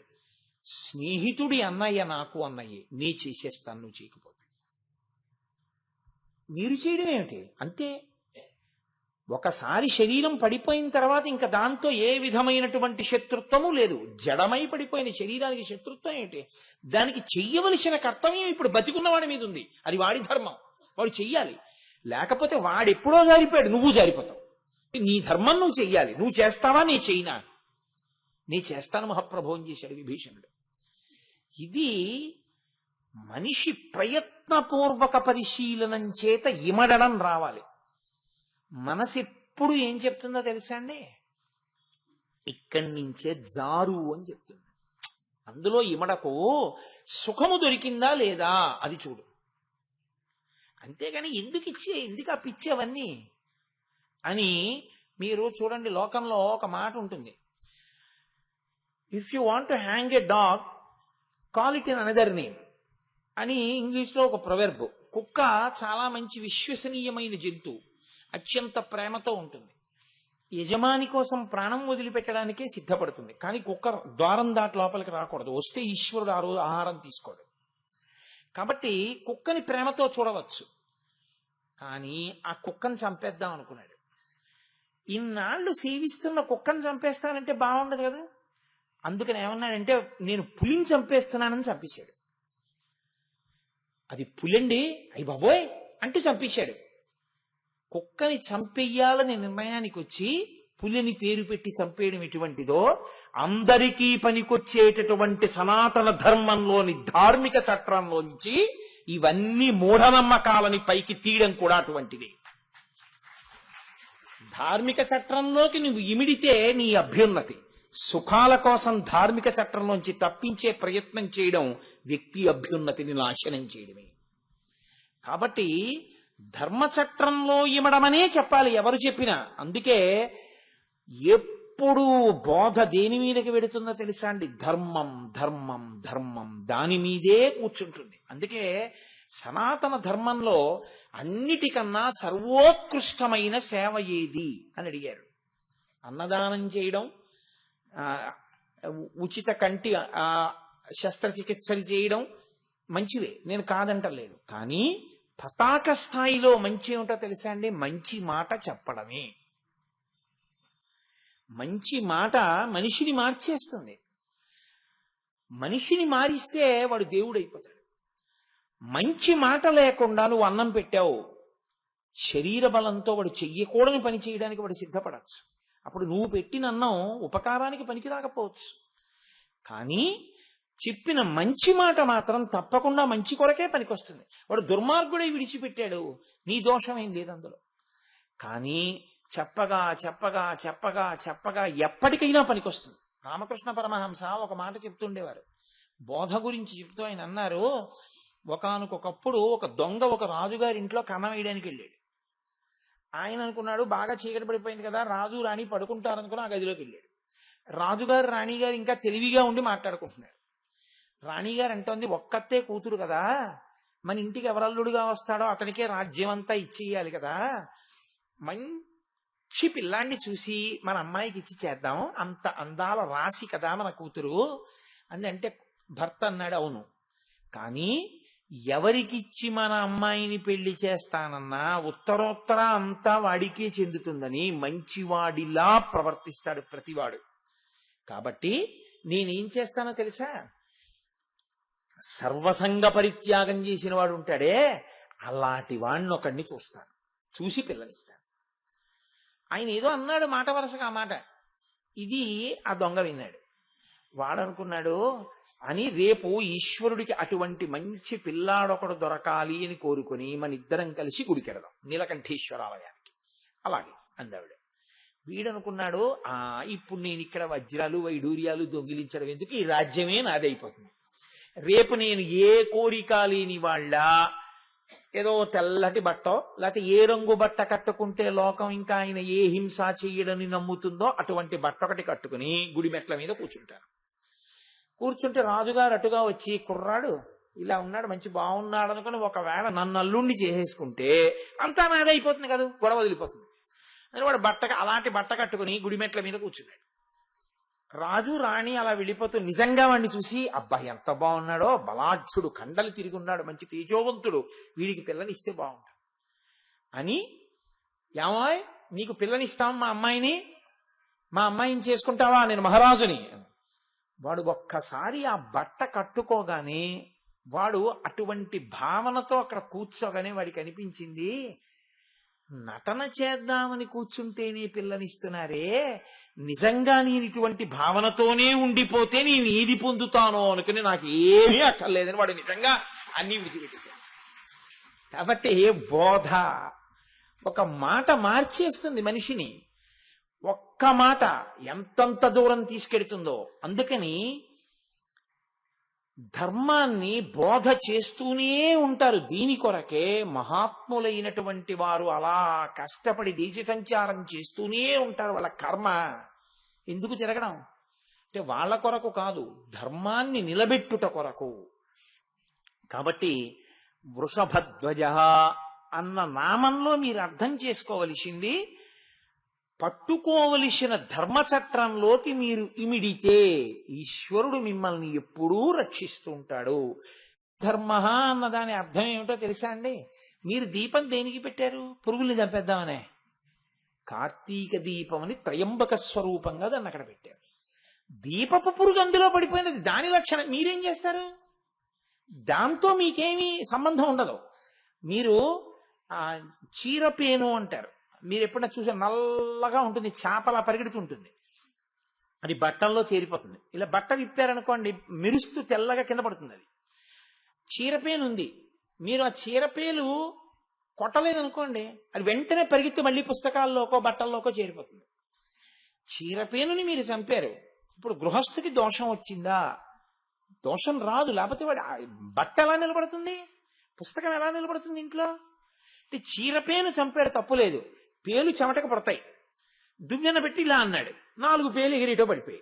ఇప్పుడు నాకు హింసాదోషం వచ్చిందా అండి? ఏమీ రాదు. అంటే వెర్రి పెట్టుకోకూడదు. నీవు ఏ దృష్టికోణంతో నిలబడ్డావో అది చూసుకుంటూ ఉండాలి. పేలు చంపేయడం, పురుగులు చంపేయడం, చీమలు చంపేయడం, చీర పేలు చంపేయడం అదే పని నీకు. కానీ నువ్వు నిలబడాలి అంటే అవి చావడం వినా మార్గం లేనటువంటి పరిస్థితి వచ్చింది. నువ్వు అహింసయందే ఉన్నావు అన్నాడు శంకరుడు.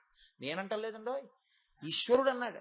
వ్యవసాయదారుడు నాగలి పట్టి పొలం దున్నాడు, కొన్ని కీటకాలు చచ్చిపోయాయి. ఇప్పుడు ఈ తప్పంతా, ఈ పాపం అంతా రైతుకేస్తారా? ఏమీ వేరు. మరి నాగలి పట్టి దున్నపోతే రైతు ఎందుకు అవుతాడు? దున్నితే చచ్చిపోతే ఆయనదే తప్పు. ఆయన తప్పు కాదంతే, అది సృష్టి ధర్మం అది. కాబట్టి అది హింసలోకి రాదు, అది అహింస. దీనికి పెడర్థం చెప్పి అహింస అన్నదాన్ని అర్థం లేని స్థితికి తీసుకెళ్లారనుకోండి, అసలు జీవితాలకు అర్థం లేకుండా పోతుంది. చాలా కష్టం. అందుకే వేదం ఎలా చెప్పిందో అలా అర్థం చేసుకోవాలి ఏ విషయాన్నైనా. కాబట్టి అహింసా పరమో ధర్మ. ఇవి సామాన్య ధర్మములు అంటారు. సామాన్య ధర్మములు సమస్త ప్రాణికోటికి చెందుతాయి. ప్రాణికోటి అంటే ప్రత్యేకించి మనుష్య జాతికి చెందుతాయి. ఇవి అందరికీ తెలిసి ఉండాలి, అందరూ వాటిని పాటించాలి. ఇక వ్యక్తిగతంగా ఎవరి ధర్మం వాళ్ళకు ఉంటుంది. భర్తృధర్మం, భార్యాధర్మం ఇలా ఉంటాయి. స్కాందం అనుకుంటాను, స్కాందంలో బ్రహ్మోత్తర ఖండంలో అనుకుంటా, నాకు జ్ఞాపకం ఉన్నంత వరకు బ్రహ్మోత్తర ఖండమే. ఒక విషయం చెప్తుంటారు. ఒక రాజుకి 2 భార్యలు. 2 భార్యలు మంచి పుణ్యచరితలు, ఎప్పుడూ ఈశ్వరారాధన చేసేవారు. భర్త గారు కూడా అటువంటి వాడే. ఒక భార్య తాను చేసే ముందు భర్తకి వచ్చి నమస్కారం చేసి నేను మొదలు పెట్టనా అని అడిగేది, మొదలుపెట్టు. ఇంకొక ఆవిడ అన్నీ ఆయనకి చెప్పడం ఎందుకు, ఆవిడే చేసుకుపోతుండేది. అనుకోకుండా ముగ్గురు ఒక్కసారి మరణించారు. రాజుకి చెప్పి పుణ్యకార్యం చేసే భార్య కైలాసానికి వెళ్ళారు. అదే పుణ్యకార్యం చేసి భర్తకి చెప్పకుండా చేసే అలవాటున్న భార్య నరకలోకానికి వెళ్ళింది. యమధర్మరాజు గారు జుట్టు పట్టుకున్నాడు. ఆవిడ వలవల ఏడ్చింది. ఆవిడ ఏం చేసిందో నేను అదే చేశాను, ఇంకో మాటకు వస్తే ఇంకో పావలో ఎక్కువ ఖర్చు పెట్టాను.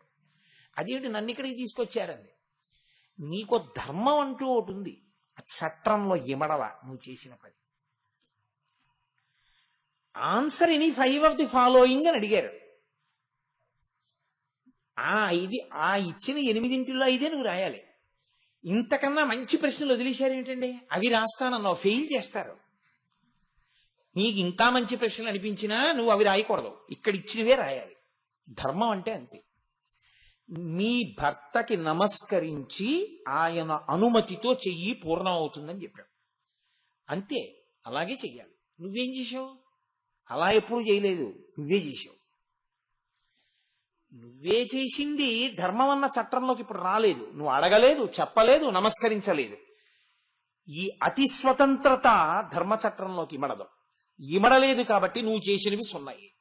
1 into 2 into 3 into 4 into 5 into 6 into 7 into 8 into అంటున్నాను అనుకోండి, అబ్బాయి ఎన్ని రూపాయలు ఇస్తాడో అనుకుంటారు. చివర 0 అన్నాను అనుకోండి, ఎంత వస్తే మాత్రం ఇంటూ 0 = 0. అలా ఎన్ని చేసినా ధర్మచట్రంలోకి ఇమడకపోతే 0. కాబట్టి ధర్మచట్రంలోకి ఇముడుతోందా అది మీరు చూసుకుంటూ ఉండాలి. మా ఆఫీస్ ఒకటి ఉంటుంది. మా ఆఫీస్లో ఓ కాగితం వస్తే, ఏదో నేను చూసే కాగితం అయితే నా పై అధికారి ఏం చేస్తాడు, నా పేరు రాసి ఈ పేపర్ ఆన్సర్ చేయండి అని నాకు పంపిస్తారు. నేనేం చేస్తాను, నేను ఆ పేపర్కి ఒక ఆన్సర్ రాసి ఒక రిప్లై లెటర్ తయారు చేసి దాన్ని, ఆయనకేం తెలుసు, ఆయన నన్ను కదా తయారు చేయమన్నాడు. ఇప్పుడు ఆయన చెప్పడం ఎందుకు, నేను కింద పెట్టేస్తే సరిపోతుంది సంతకం. నేను పెట్టేసి పంపించేస్తానా? సంతకం నేను పెట్టను. అయ్యా మనకి ఉత్తరం ఇలా వచ్చింది, దానికి జవాబు ఇలా రాయాలి, ఎందుకంటే మనం చేసేసాం ఆ పని, అందుకని ఆ పని మనం చేశామని జవాబు రాశానండి, మీరు సంతకం పెట్టండి అంటే ఆ అధికారి ఏం చేస్తాడు, ఆయన సంతకం పెడతాడు. ఆయన రాత్రి 7ంటికి వచ్చాడు అనుకోండి, ఆ సంతకం కోసం నేను కూర్చోవాలి. అంతేగాని ఏమిటండి ఇప్పుడు ఆయనకి చెప్పినా చెప్పకపోయినా ఏముందండి, ఆయనైనా ఇలా అనేదే కదా, నేనే అంటానని అనేయకూడదు, అందులో తప్పే ఉందండి, నేను చెప్పింది. ఇప్పుడు ఆయనైనా జరిగింది అంతే కదా అని సంతకం పెడతాడు, నేను పెట్టినా అంతే, అది సత్యం ఏం మారదు కదా అని సంతకం పెడితే నాకు మెమో ఇస్తారు, అదే నువ్వు పెట్టేసిన సంతకాలని కాదు. ధర్మము అతిక్రమణము, సత్యమైన నీకు సంతకం పెట్టే అధికారం లేదు. నీకు అధికారం వచ్చింది, నూత్రాలు రాయకూడదు, రాయించాలి, అప్పుడు ధర్మం వేరు. అప్పుడు కూడా నేనే రాసేసుకుంటూ ఉంటానండి అంటే అప్పుడు నువ్వు మిస్ఫిటింగ్ ఆఫీసర్. నీకు you can do the work but you cannot get the work done. మళ్ళీ అదో ఫెయిల్యూర్. అప్పుడు నువ్వు చేయకూడదు, నువ్వు చేయించాలి. ధర్మం మారుతోందా మారట్లేదా? ఏమి మీరు ఇవన్నీ ధర్మాలని మరి రోజు ఆచరిస్తున్నవారు నిత్య జీవితంలో ఈశ్వరుడి విషయంలో ధర్మచట్రంలోకి ఎందుకు ఇవ్వడం? అంటే మిమ్మల్ని కాదండో, మీరు జ్ఞానులు, మీరు పరిపూర్ణమైన ధార్మికులు నా గురించి. కాబట్టి ఈ ధర్మచట్రంలోకి ఇముడు, నీ కోర్కెలు తీరుస్తాను. అందులోకి ఇమడకుండా అడిగితే కుదరదు. అలా చేయడం సాధ్యం కాదు. ఇది చెప్పడం, ఆయన వృషభవాహనమెక్కి తిరుగుతూ ఉంటాడు. అందుకే వృషభమునకున్న 4 పాదములే ధర్మమునకున్న 4 పాదములు. తపస్సు, శౌచము, దయ, సత్యము. ఈ 4 పాదములుగా ధర్మం నడుస్తుంటుంది. కలియుగంలో సత్యమన్న ఒక్క పాదం మీదే ఉంటుంది అని. కానీ ఈ విషయాన్ని గ్రహించి మనం మారవలసిన తీరేమి, ధర్మచట్రములోనికి ఇముడుట. దాని వలన అందరం అభ్యున్నతిని పొందుతాం. దాని కొరకు వచ్చింది ఆ నామం. అంతేగాని ఆయన ఇద్దెక్కి తిరుగుతాడండి అని చెప్పడానికి ఆ నామం ఎందుకండి? ఆయన ఇద్దెక్కి తిరిగితే మీకెందుకు, పిల్లెక్కి తిరిగితే మీకెందుకు? ఆయన ఏదెక్కైనా తిరగలడు. ఆయన ఏదెక్కాడో దానికి ఇవ్వగలడు ఆ శక్తి. అంత వేగంగా వెళ్ళగలిగే శక్తి. అంత వినాయకుడు ఎలక మీద కూర్చుంటే వెళ్ళటల్లా, నీకేమిటి బాధ? అదేమిటండి అంత వినాయకుడు ఎలక మీద కూర్చుంటే చచ్చిపోతండి దిక్కుమాలిన ఎలక అంటే, ఆ ఎలక ఎవరో కాదు, నువ్వే. ఎలక ఇంట్లో ఉంటుంది, నువ్వు ఇంట్లో ఉంటావు. ఎలకకి బహుసంతానం, నీకు బహుసంతానం, నీకంటే నాకు అని గుర్తుపెట్టుకోవాలి. ఎలక అన్ని, దానికి అక్కర్లేని విషయం ఉండదు. ఆఖరికి ఎలకని పాము మింగేస్తుంది. మీరు ఒక నాగేంద్రుడి బొమ్మ ఇంట్లో పెట్టి కాసిన పాలు పోస్తే ఆ నాగేంద్రుడి బొమ్మని ఎలకెత్తుకుపోతుంది. అన్నీ మన ఇంట్లోకి తీసుకెళ్లిపోయి మన ఇంటి చూరులోనే కాపరం చేసి మన ఇంట్లోనే కన్నాలెట్టి పడుకున్నప్పుడు ఇంటి యజమాని వేళ్లు కొరుకుతుంది. నన్ను కొరికింది ఒకసారి ఏలూరులో అలాగా. అడిగిపోయాను, ఇదేంటి అలా కొరికిందంటే, అబ్బాయి ఏం లేదు, రాత్రి ఎలకలు కొరుకుతాయి మా ఇంట్లో అన్నాడు ఆయన. అయితే ఇవాళ శివరాత్రి నాకని చెప్పి కూర్చున్నది. అది ఆయనకు అలవాటు, అని ఆయన పడుకోగలిగాడు. నాకు అలా అలవాటు లేదు, ఇప్పుడే నాకు ఎలక కొరకడం అలవాటు లేదు, నాకు ఏం నిద్రపట్టలేదు. కాబట్టి ఎలక కొరకడం, తిన్న ఇంటి ఏ ఇంట తిందో ఆ ఇంటి యజమాని కాళ్లే కొరుకుతుంది. అది ఎవడు మనకు అన్నం పెట్టాడో, ఎవడు మన ఆదరించాడో వాణ్ణి మోసం చేస్తాను నేను కదండి. అందుకని అది నింద్యుడు, అన్నీ అలాగే బతుకుతుంది. అది ఈశ్వరుణ్ణి మోయడం మొదలుపెట్టింది. అనింద్యుడు అంతే. ఇప్పుడు అది ఎలకే, కానీ మామూలు ఎలక కాదు, ఈశ్వరుణ్ణి మోస్తున్న ఎలక. దాని గుండెల నిండా ఈశ్వరుడు ఉన్నాడు. అనింద్యుడు, అందుకే ఎలక పేరు అనింద్యుడు. అది మొయ్యగలదు, భక్తి ఉంటే మొయ్యగలవు. కాబట్టి ఈశ్వరుడు ఎద్దెక్కాడు అనకండి. ఈశ్వరుడు ఎద్దేమిటి, ఏదెక్కినా వెళ్ళిపోతుంది. చీమ ఎక్కితే ఆ చీమకి వెళ్ళగలిగిన శక్తి ఆయన ఇస్తాడు. శక్తి ఆయనది. వృషభవాహనుడు, మీరు ధర్మచక్రంలో ఇమడాలని మీరు గ్రహిస్తే కోరికలు వర్షించడానికి నేనున్నానని ఆయన వృషధ్వజుడై ఉన్నాడు. ఇది చెప్పడానికి వృషాంకో వృషభారూఢో భస్మోద్ధూళిత విగ్రహ. ఆయన ఒంటి నిండా విభూతి అలదకొని ఉంటాడు. ఏమా విభూతి? అసలు ఆ విభూతి, అసలు శివసహస్రనామ స్తోత్రంలో ఆశ్చర్యం ఏంటో తెలుసా అండి? ఆయన పేరు మహాభస్మ, శివుడి పేరు. అయితే మనకు వచ్చిన ప్రారంధ కర్మ అంతా ఎక్కడొచ్చిందంటే, విభూతి పెట్టుకున్నారనుకోండి, వెంటనే ఏమంటారంటే వాడు శివభక్తుడు అంటారు. ఒక్క శివభక్తులే విభూతి పెట్టుకుంటారు అని ఎక్కడా లేదు. విభూతి ధారణము వైదికము, వేదప్రోక్తము. నువ్వు విష్ణు భక్తుడవు, విభూతి పెట్టుకుంటావు. నీవు అమ్మవారి భక్తుడవు, శాక్తేయుడవు, విభూతి పెట్టుకుంటావు. నువ్వు సౌరమునందున్న వాడవు, సూర్యభగవాను ఆరాధిస్తావు, పెట్టుకుంటావు. నువ్వు విష్ణు భక్తుడవు, విభూతి పెట్టుకుంటావు. చాలా మంది ఏమనుకుంటారంటే శంకరాచార్యుల వారు పరమశివ భక్తుడు అనుకుంటారు. అసలు యథార్థంగా చూస్తే శంకరాచార్య స్వామి పరమ విష్ణు భక్తుడు. ఎందుకో తెలుసా అండి? ఆయన ఆరాధ్య దైవం కృష్ణ భగవానుడు. అందుకే పూర్ణానదిని ఆయన వాళ్ళ అమ్మగారి కోసం అని చెప్పి పర్ణశాలకు దగ్గరగా తీసుకొస్తే ఆ మధ్యలో ఉన్న కృష్ణుడు గుడి కూడా కొట్టుకెళ్ళిపోతుంది. కృష్ణుడు అన్నాడు, మీ కులదైవాన్ని కదా, నా గుడి వెళ్ళిపోతోంది అలాగన్నాడు. ఆయన తన యొక్క శక్తి చేత ఆ గుడిని తీసుకొచ్చి నది ఒడ్డున పైన పెట్టారు.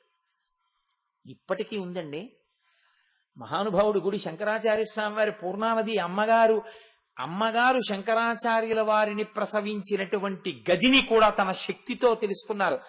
మహానుభావుడు శివానంద సదాశివేంద్ర భారతీ వారు శృంగగిరి పీఠాధిపత్యం వహించినటువంటి మహానుభావుడు. కాబట్టి అటువంటి శృంగేరిలో కృష్ణ భగవాను అర్చించిన కుటుంబం ఆ కుటుంబం. ఆయన జీవితంలో మొట్టమొదట చేసిన స్తోత్రం కనకధారా స్తోత్రం, లక్ష్మీదేవిని ఉద్దేశించి చేశారు. ఆయనని సరస్వతీదేవి అడిగితే చేసిన వ్యాఖ్యానం విష్ణు సహస్రనామ స్తోత్రానికి వ్యాఖ్యానం చేశారు. ఆయన లోకానికంతటికీ చేసిన ప్రబోధం ఈ నామం చెప్పండి అని చెప్పింది భజ గోవిందం భజ గోవిందం గోవిందం భజ మూఢమతే. గోవిందా గోవిందా గోవిందా అనవయ్యా అని చెప్పారు ఆయన. వెంకటాచలం వచ్చి యంత్రం వేసింది శంకర భగవత్పాదులు. శంకర భగవత్పాదులకి భేదాలు తెలియవు. శంకరులు పూర్ణ శంకరులు, ఆయనకి ఉన్నది ఒక్కడే ఈశ్వరుడు. ఆయన అందుకే ప్రశ్నోత్తర మాలికలో ఈశ్వరుడెవరు అని అడిగితే శంకరనారాయణుడు అని చెప్పారు ఆయన. అటువంటి శంకర భగవత్పాదులు విభూతి ధారణ చేస్తే దాని అర్థం ఆయన శివభక్తుడు అని కాదు, అది వైదికము అని దాని అర్థం, వేదప్రోక్తము. అందుకే విభూతిని ఎడం చేతిలో వేసుకుని నీళ్లు వేసి కలుపుతారు. స్నానానంతరం అయితే, స్నానానికి ముందైతే తడిపిన భస్మ పెట్టుకోకూడదు, పొడి భస్మ పెట్టుకోవాలి.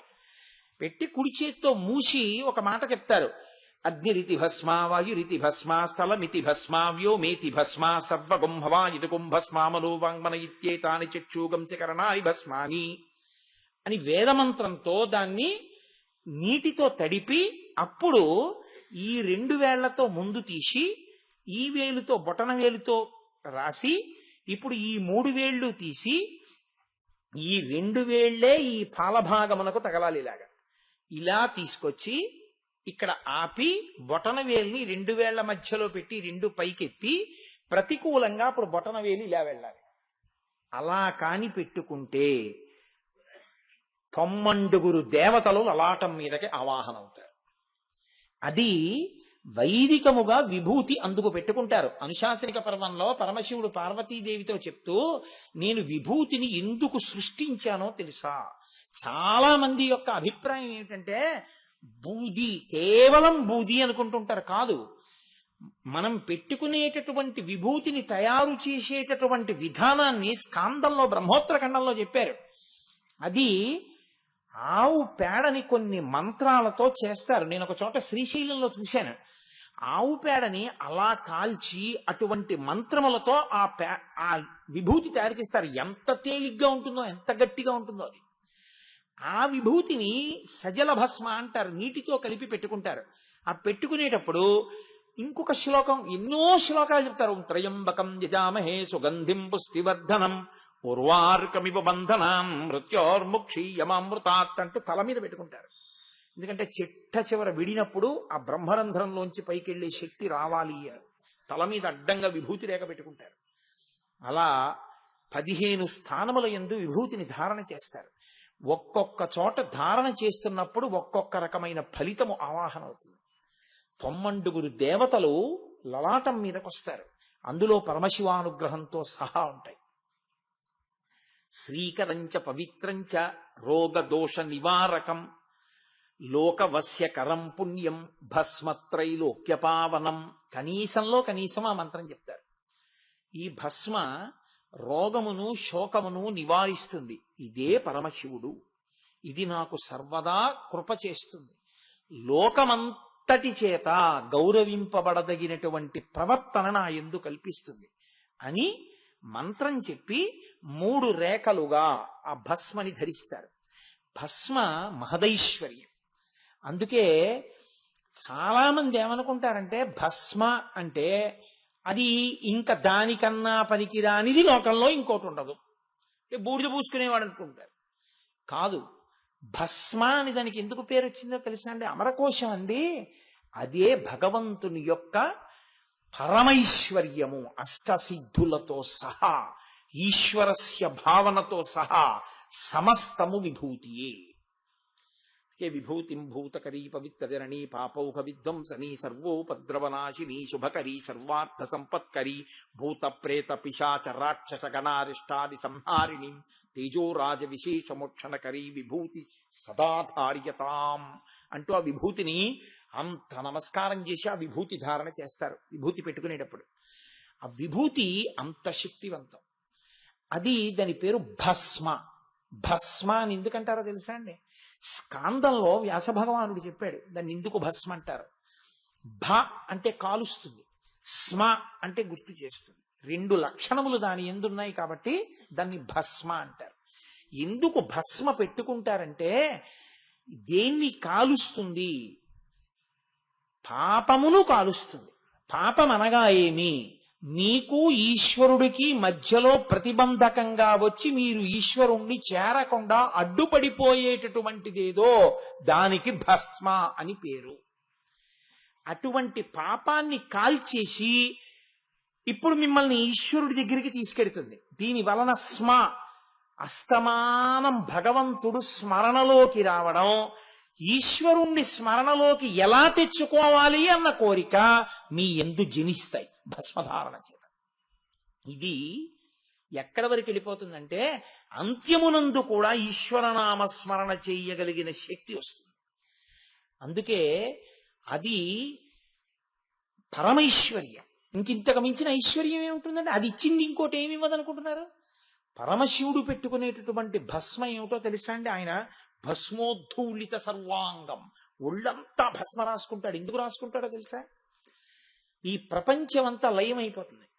ఈ ప్రపంచమంతా లయం అయిపోయిన తర్వాత మనం చూడండి, ఏదో ఓ బెండ తోట వేస్తాం. బెండ తోటలో కాయలన్నీ తెచ్చుకుని ప్రతిరోజు చక్కగా కూర వండేసుకుంటాం. ఇంకా బెండ కాపు అయిపోతుంది, ఇంకా బెండ కాయలు, ఇంకా చెట్లన్నీ కూడాను ఒడిలిపోవడం మొదలెట్టేస్తాయి. అప్పుడు బెండకాయ ఒక దాన్ని బాగా ముదరనిచ్చి కోసి ఎండబెట్టేస్తాం. ఇప్పుడు ఆ బెండకాయ బాగా ఎండిపోయింది. మీరు ఆ కాయని పట్టుకుని ఇలా అంటే గలగల గలగల గలగలలాడతాయి, విత్తనాలు ఊడిపోయేవి. ఇప్పుడు అది వండుకోవడానికి, కూరకి, పండుకి, దేనికి పనికిరాదు. ఆఖరిని ఏం చేస్తారంటే అక్కడ ఒక కాగితమో డబ్బాయో పెట్టి దాన్ని ఒలిచేసి ఆ విత్తనాలన్నీ ఏం చేస్తారంటే ఒక డబ్బాలో పోసి అట్టే పెట్టుకుంటారు. మళ్ళీ వానాకాలం వచ్చే ముందు ఏం చేస్తారంటే భూమిని కొద్దిగా ఇది చేసి ఈ విత్తనాలు పట్టుకెళ్ళి వేశారు. ఏ ఎండిపోయిన కాయలో గలగలలాడిన విత్తనాలు మీరు ఇన్నాళ్ళు డబ్బాలో దాచారో మళ్ళీ అవి భూమితో సంపర్కము చెంది నీరు తగలగానే మళ్ళీ బెండ చెట్లై మళ్ళీ బెండకాయలు ఇస్తాయి. అవునా కాదా? అలాగే ఈ సృష్టినంతటిని లయం చేసి తనలో తీసుకునేటప్పుడు మళ్ళీ సృష్టి చేయడానికి కావలసిన సమస్త శక్తిని విభూతి కణముల యందు దాచి తన యందు పెట్టుకుంటాడు శంకరుడు. అది ఆయన పెట్టుకునే భస్మ. అందుకనే మహాత్ముల ఒంటికి భస్మ తగిలినది కింద పడినా ఆ భస్మ కణం దొరికినా ఆయన పెట్టుకున్న భస్మ మీకు తగిలినా మీకు విపరీతమైన శక్తిని ఇస్తుంది. అదే కారణం. ఎందుకంటే ఆయన తపశ్శక్తి, ఆయన ఉపాసన శక్తి ఆ భస్మలో కెడుతుంది. నేను మీకు పరమ యథార్థం చెప్తున్నాను, మీరు నమ్మండి. కొంతమంది మహాత్ములు ఎంతకీ అనారోగ్యం తగ్గలేదు అంటే ఒక్కసారి ఇలా లలాటమునకో చేతికో పెట్టుకున్నటువంటి ఆ భస్మని ఇలా తీసి ఓ అరిటాకు తెప్పించి ఇలా అంటారు. అంటే ఓ 2 కణాలు అందులో పడతాయి. వేలు నీటిలో ముంచి ఆ విభూతి మీద ముంచి ఆ రోగి నోట్లో ఇలా రాయండి అంటారు. అలా అంటే అంతటి ఉపాసన బలం ఉండాలి. ఎవరు పడితే వాళ్ళు చేయడం అని కాదు నా ఉద్దేశ్యం. శృంగగిరి పీఠంలో చంద్రశేఖర భారతి మహాపురుషుడు. ఆయన వేద విద్యార్థులకి అనారోగ్యం వస్తే భస్మ ఇచ్చి తగ్గించేవారు. ఈశ్వరాభిషేకం చేసిన భస్మ అంత శక్తివంతమై ఉంటుంది. కాబట్టి అది పరమశక్తివంతము, విశ్వాసము మీద ఆధారపడి ఉంటుంది. కాబట్టి అటువంటి భస్మ మిమ్మల్ని ఈశ్వరుడికి దగ్గర చేస్తుంది. సమస్త సృష్టి చెయ్యగలిగిన శక్తి ఆ భస్మయందు దాగి ఉంటుంది. ఇంత గొప్పది కాబట్టే దాన్ని తీసుకుని లలాటమనందు పెట్టుకుంటారు. కాదు, పెట్టుకోగా ఏమవుతుందో తెలుసా అండి? మీకు గొప్ప తేజస్సునిచ్చి, మీకు కీర్తినిచ్చి, మీరు సమస్త కోర్కెలు తీర్చుకోగలిగిన శక్తినిచ్చి, వేదం అంగీకరించిన విధంగా కోరిక తీర్చుకుని ఈ కోర్కెలొక కోర్కెలా అనేటటువంటి వైరాగ్యాన్ని ఇచ్చేస్తుంది. అందుకే చూడండి, అన్నీ ఏమవ్వాలి? నల్లగా అయిపోవాలి, కాలిపోతే. కాలిపోయే ముందుండే లక్షణం ఏమిటో తెలుసా అండి? లోపల దాగి ఉన్న దేన్నైనా తోసేస్తుంది. మీరు ఎప్పుడైనా చూడండి, కట్టెలో నీరు ఉంటుంది, కట్టె ఆ చివర అంటుకుంది అనుకోండి, ఆ నీరు ఇలా వెనక్కి వెళ్తుంది, మీకు కనపడదు. కట్టె కాలిపోతూ కాలిపోతూ మంట ముందుకు వచ్చేస్తోంది, ముందుది బొగ్గైపోతోంది. మీరు కట్టెను అలా పొయ్యిలోకి తోస్తున్నారు. ఇప్పుడు లేవు, పూర్వం ఉండేవు పొయ్యిలు. ఆ కట్టె కాలిపోతూ కాలిపోతూ మంట చివరకు వచ్చేసింది. ఇప్పుడు కట్టె చివరి భాగంలో నీరు బుసబుసలాడుతూ బుడగల బుడగల కింద పైకి వస్తుంది. కట్టెలో దాగిన నీటిని బయటికి తోసేస్తుంది. ఇంతకు ముందెవరో ఆ కట్టెకు మేకు కొట్టారు, అందులో ఉంది మేకు. ఆ మేకు పైన నల్లగా చిన్న చుక్కలా కనపడాలి కదా, అది కూడా కనపట్టలేదు. దానికి ఏదో పేడు అడ్డొచ్చేసింది. ఇప్పుడు అగ్నిలో కాలిపోయింది. పేడంతా కాలిపోయిన తర్వాత నల్ల మేకు మాత్రం కాలు అందులో పడిపోతుంది, విడిపోతుందంటే.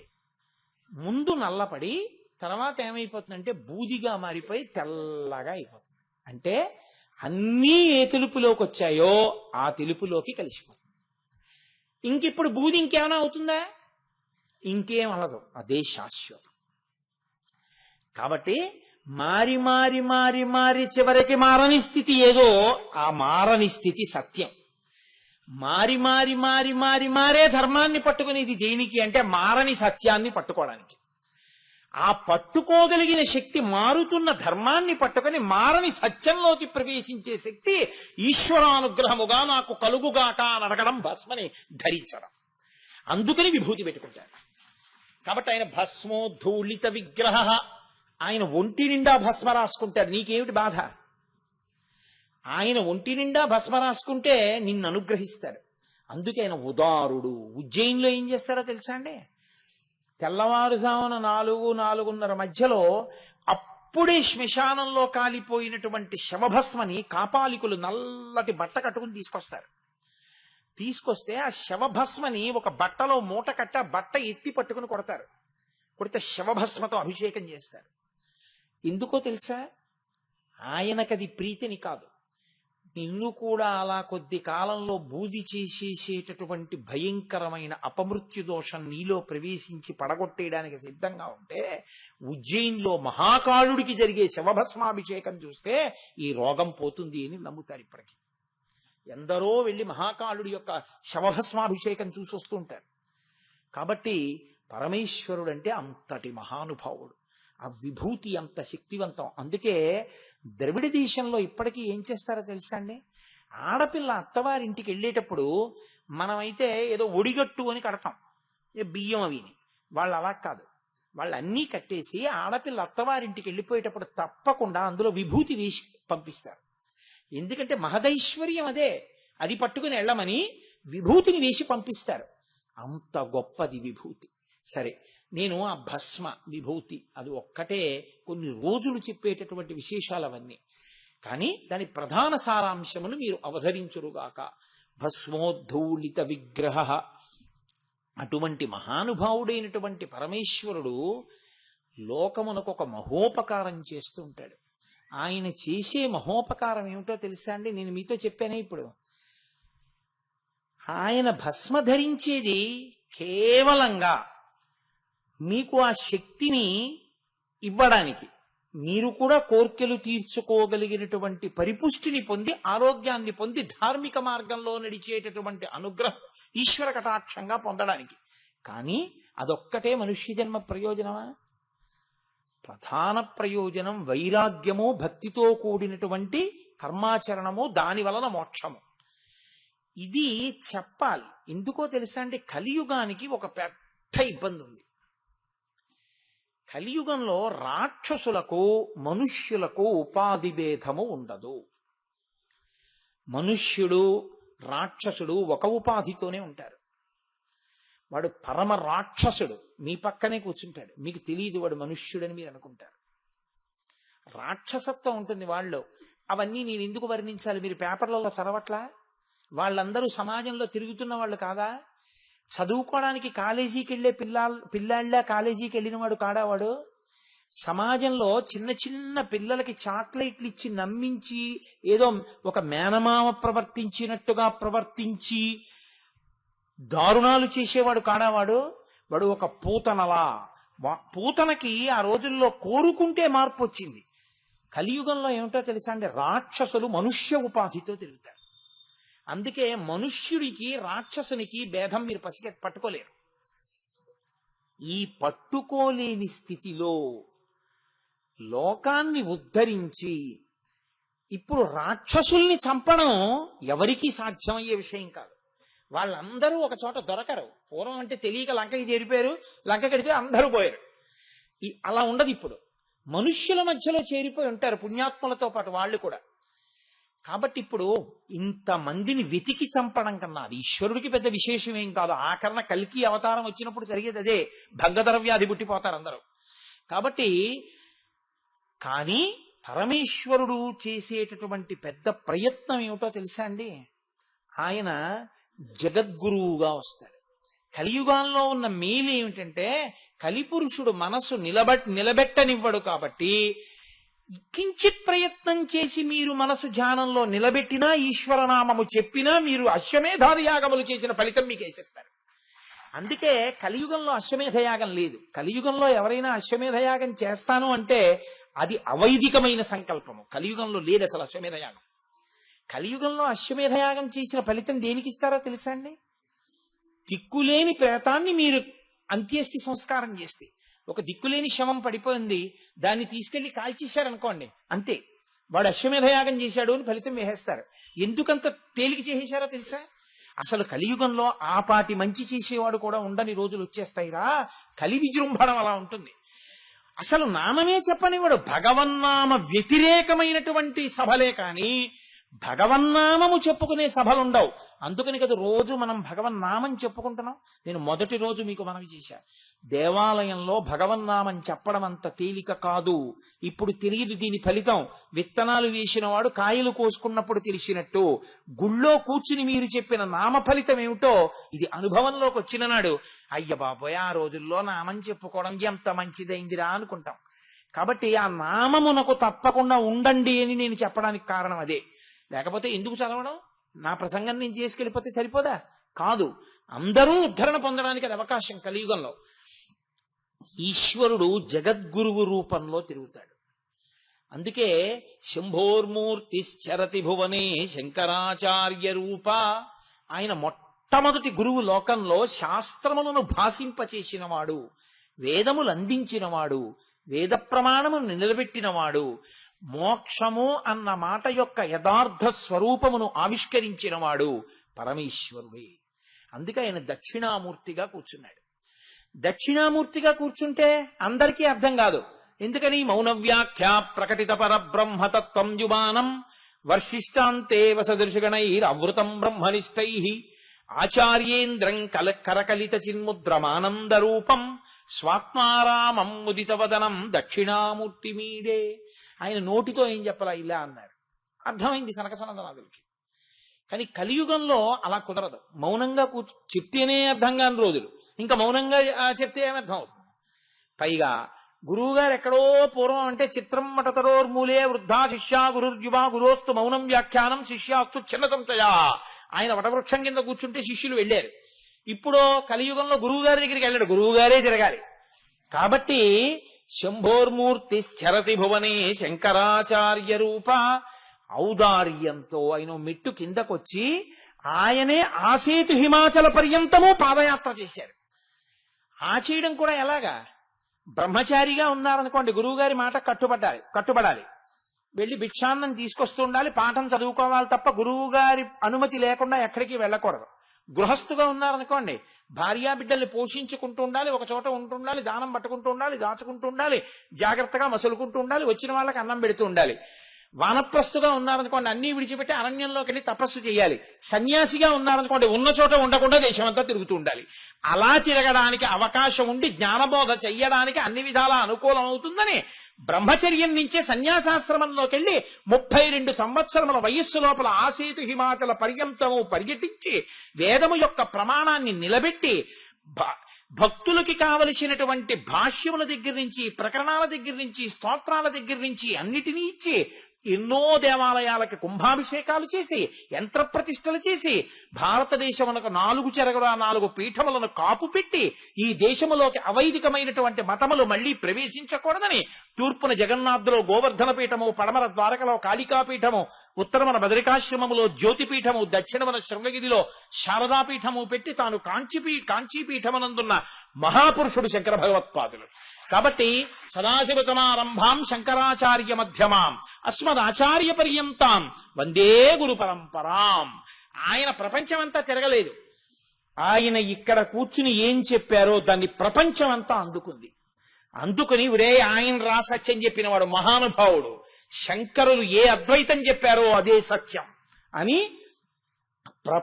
ప్రపంచమంతా 2 చేతులెత్తి శంకరుని వంటి మహాపురుషుడు లేడు అని నమస్కారం చేస్తోంది తప్ప ఆయన వెళ్ళలేదు అన్ని దేశాలు. ఆయన ఇక్కడే ఉన్నారంతే. ఏది కర్మ చెయ్యడానికి యోగ్యమైన ప్రదేశమో అక్కడే ఉండిపోయారు శంకర భగవత్పాదులు. అలా ఆ జగద్గురువు అంటే తన కదలిక చేత, తన మాట చేత లోకమునంతటినీ కూడా దిద్దగలిగినటువంటి శక్తి కలిగిన మహాపురుషుడిగా పరమేశ్వరుడే మళ్ళీ మళ్ళీ మళ్ళీ మళ్ళీ ఆవిర్భవిస్తూ ఉంటాడు జగద్గురువుగా కూర్చోవడానికి వీలుగా. అందుకే మీకు ఆశ్చర్యం ఏమిటో తెలుసా అండి?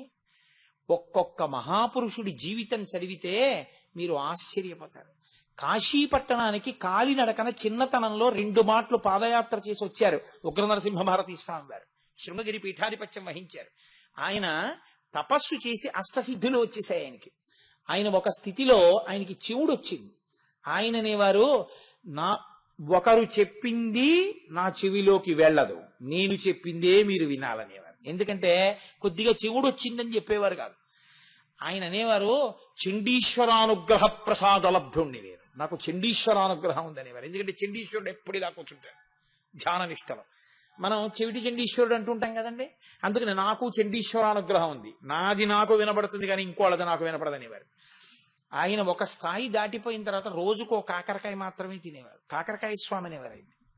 ఆయన అష్టసిద్ధులు ఆయనకి వశమైపోయాయి. అటువంటి మహాపురుషుడు ఒకసారి ఆయన మధురై వెళ్ళారు. మీనాక్షి అమ్మవారి గుళ్ళోకి వచ్చి పూజ చేస్తా అన్నారు.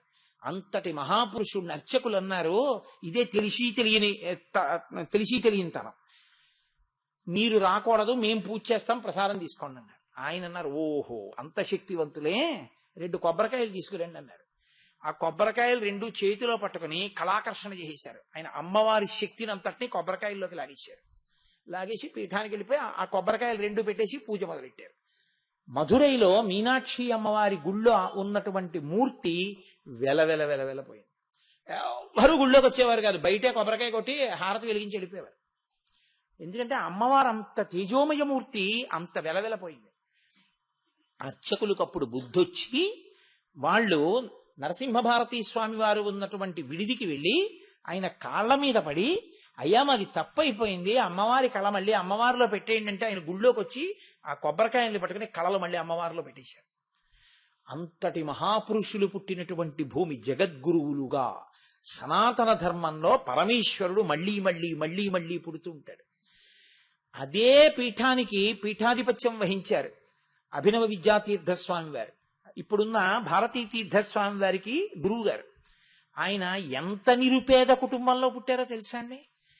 అన్నం తినడానికి లేకపోతే వాళ్ళ అమ్మగారిని ఆయన ఒకసారి అడిగారు, నాకు ఉపనయనం చేస్తే అమ్మ భిక్షాటన చేయడానికి అధికారం వస్తుంది, యజ్ఞోపవీతం లేకుండా భిక్షకి వెళ్ళకూడదు, నువ్వు నాకు ఎలాగోలా ఒడుగు చేసేస్తే నేను 4 ఇళ్ల ముందుకెళ్ళి భిక్ష పట్టుకొస్తాను, అది తిందామమ్మా అని అడిగారు ఆయన. అంత నిరుపేద వ్యక్తి, కానీ పుట్టుకతో, అది నేను అన్నది, ఈశ్వరుడు పుడుతూ ఉంటాడు జగద్గురువుగా. వాళ్ళ ఊళ్ళో ఒక నమ్మకం, ఆ ఊరి చివర ఓ చెరువు ఉండేది, ఆ చెరువు దగ్గర దయ్యాలున్నాయి, ఎవరు చీకటి పడితే వెళ్ళేవారు కాదు. ఆయన అన్నారు, ఈశ్వరుడే ఉన్నాడు, దయ్యాలు ఏం లేవు, ఈశ్వరుడు ఉండగా దయ్యాలు రావు, ఎందుకు భయపడతారన్నారు. ఏమిటి ఇన్ని కబుర్లు చెప్తున్నావు, అర్ధరాత్రి నువ్వు వెళ్ళి చెరువులో కాళ్ళు చేతులు మొహం కడుక్కొస్తావా అన్నారు.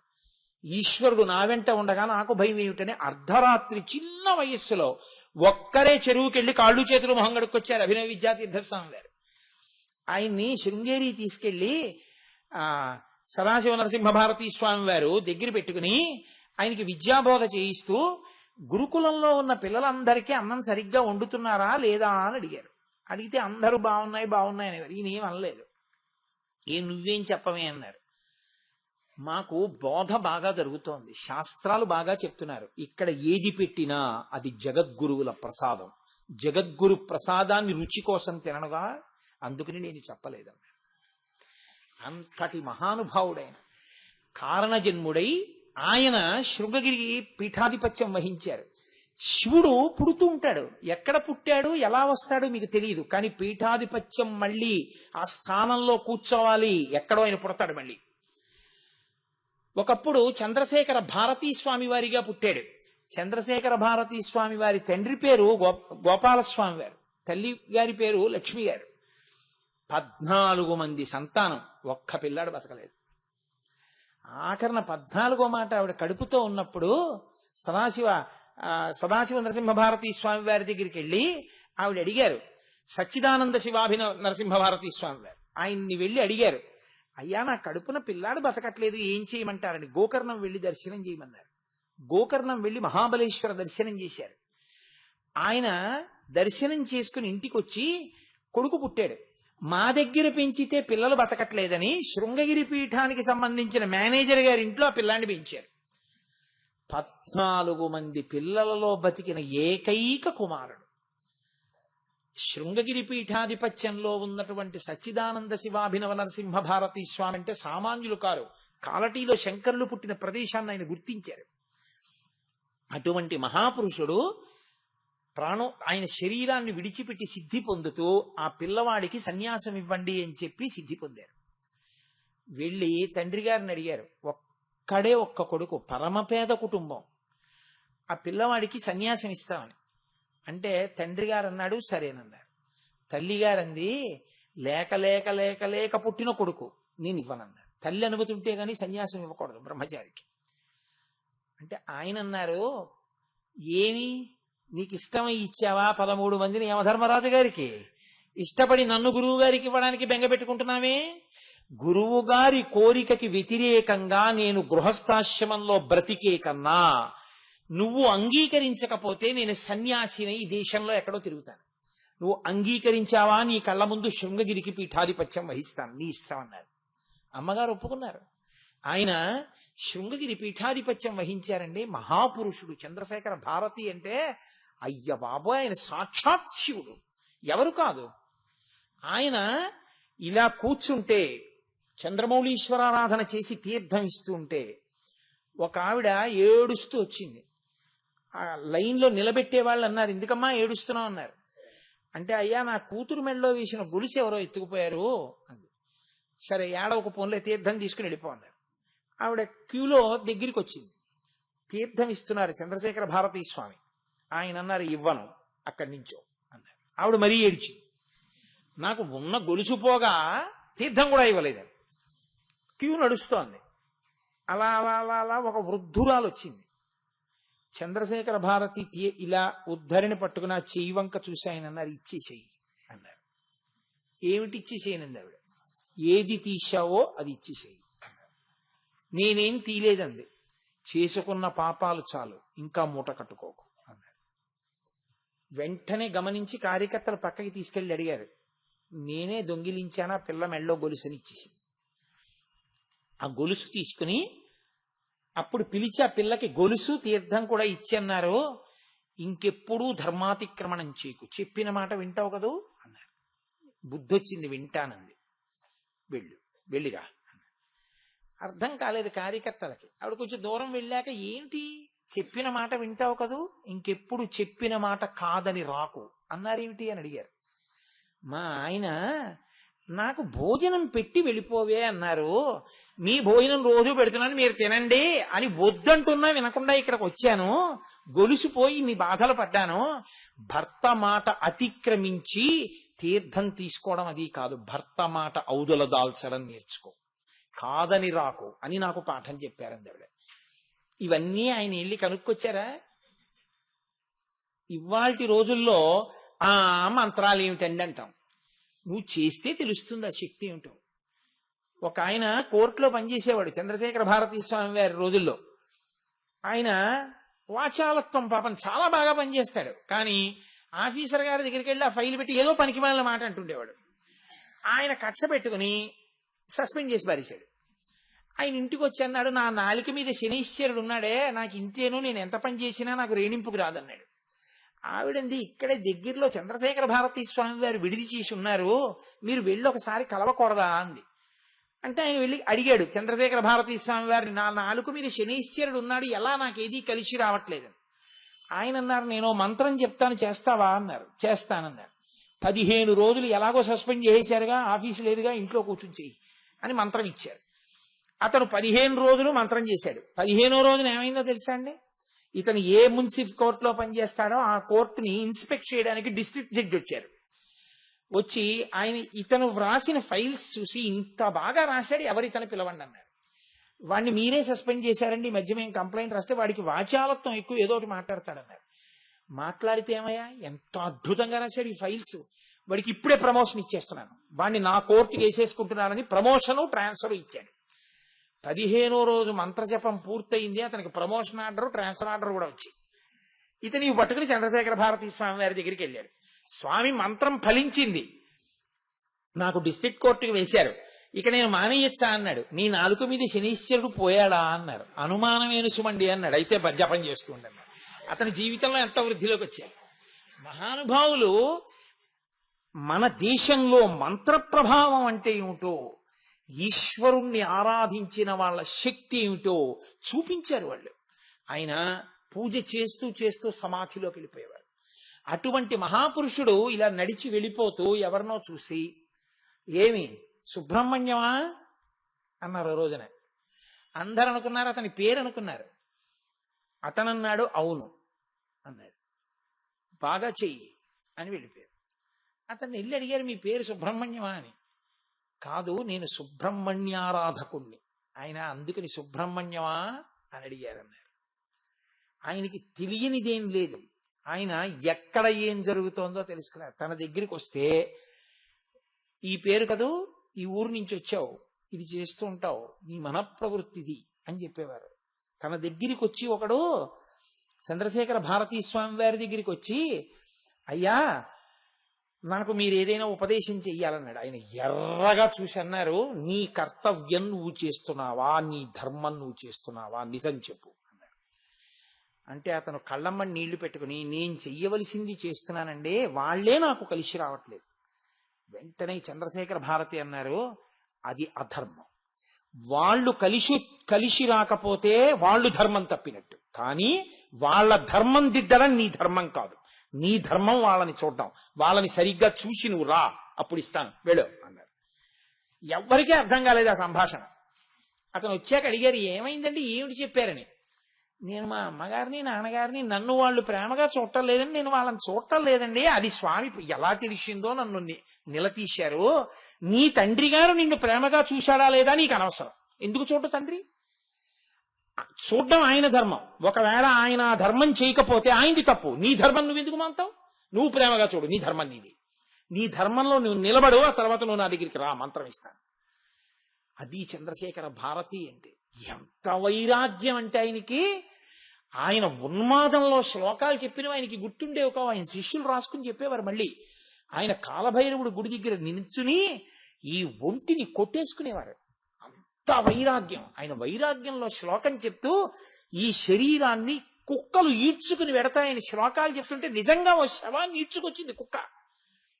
అంత వైరాగ్య సంపత్తి ఉన్నవారు. ఆయనకి శరీరంలో ఉండలేక గురువుల యొక్క అధిష్టానాలకి ప్రదక్షిణాలు చేసి మహాళయపక్ష అమావాస్య నాడు తన శరీరాన్ని ముద్రతో చిన్ముద్ర పట్టి తుంగానది నీటి మీద కూర్చుని వెళ్ళిపోతూ శరీరం విడిచిపెట్టారు. అంతటి మహాపురుషుడు చంద్రశేఖర భారతి అంటే.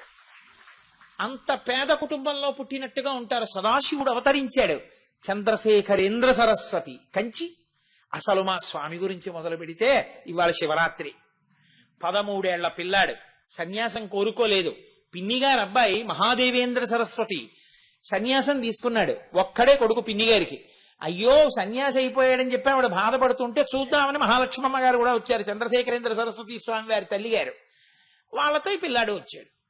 వచ్చి కుమారకోష్టంలో స్నానం చేశారు. కంచికామకోటి పీఠం జట్కా బండి వచ్చి నువ్వు ముందు ఎక్కువ అని తీసుకుపోతున్నాడు. తీసుకుపోతూ అతను అన్నాడు, మీ అన్నయ్యని చూద్దామని వచ్చారు, సన్యాసం తీసుకున్నాడని. మీ అన్నయ్య వాళ్ళ గురువు గారికి మసూచికం వస్తే సేవ చేసి ఈయనకి మసూచికం వచ్చి ఇద్దరూ చనిపోయారు. ఇద్దరూ శరీరం వదిలిపెట్టేశారు, సిద్ధి పొందారు. కంచికామకోటి పీఠానికి పీఠాధిపతి లేరు. నిన్ను పీఠాధిపతిని చేస్తున్నారు, మీరే పీఠాధిపతి, కాబట్టి ఇంకా మీరు వెనక్కి వెళ్ళరన్నారు. 13 ఏళ్ల పిల్లాడికి తల మీద పిడుగుపడ్డట్టయింది. అతను జట్కా బండిలో పరమాచార్య వ్రాసుకున్నారు. 13 ఏళ్ల పిల్లాడు అమ్మ పెట్టిన చద్దెన్నం గుర్తొచ్చి నాకు సన్యాసం ఏమిటి, నాకు పీఠాధిపత్యం ఏమిటి, నేను చంద్రమౌళీశ్వర ఆరాధన ఏమిటి అని బెంగ పెట్టుకుని బండిలో బోర్లా పడుకుని రామా రామా రామా రామా అని ఏడుస్తూ కలవై వెళ్ళారు. ఇప్పటికీ ఆయన సన్యాసం తీసుకున్న రాయి ఉంది, ఆ రాతి మీద నిలబడి స్నానం చేయించి యజ్ఞోపవీతం తీసేసి శిఖ తీసేసి సన్యాసం ఇచ్చేశారు. ఇద్దరు గురువులకి మహానుభావుడు ఆ శరీరం పడిపోయిన తరువాత జరగవలసిన కార్యాన్ని జరిపించి ఆ కలవైలోనే పాక వేసు కూర్చుని తపస్సు చేశారు. 13వ ఏట సన్యసించిన వారు 87 సంవత్సరములు చాతుర్మాస్యం చేశారు. శంకర భగవత్పాదులలాగే ఆసేతు హిమాచల పర్యంతం పాదచారి అయి తిరిగారు. ఆఖరికి ఆయన రామేశ్వరం వెడుతుంటే సముద్రం మించి వెళ్ళవలసి వచ్చింది.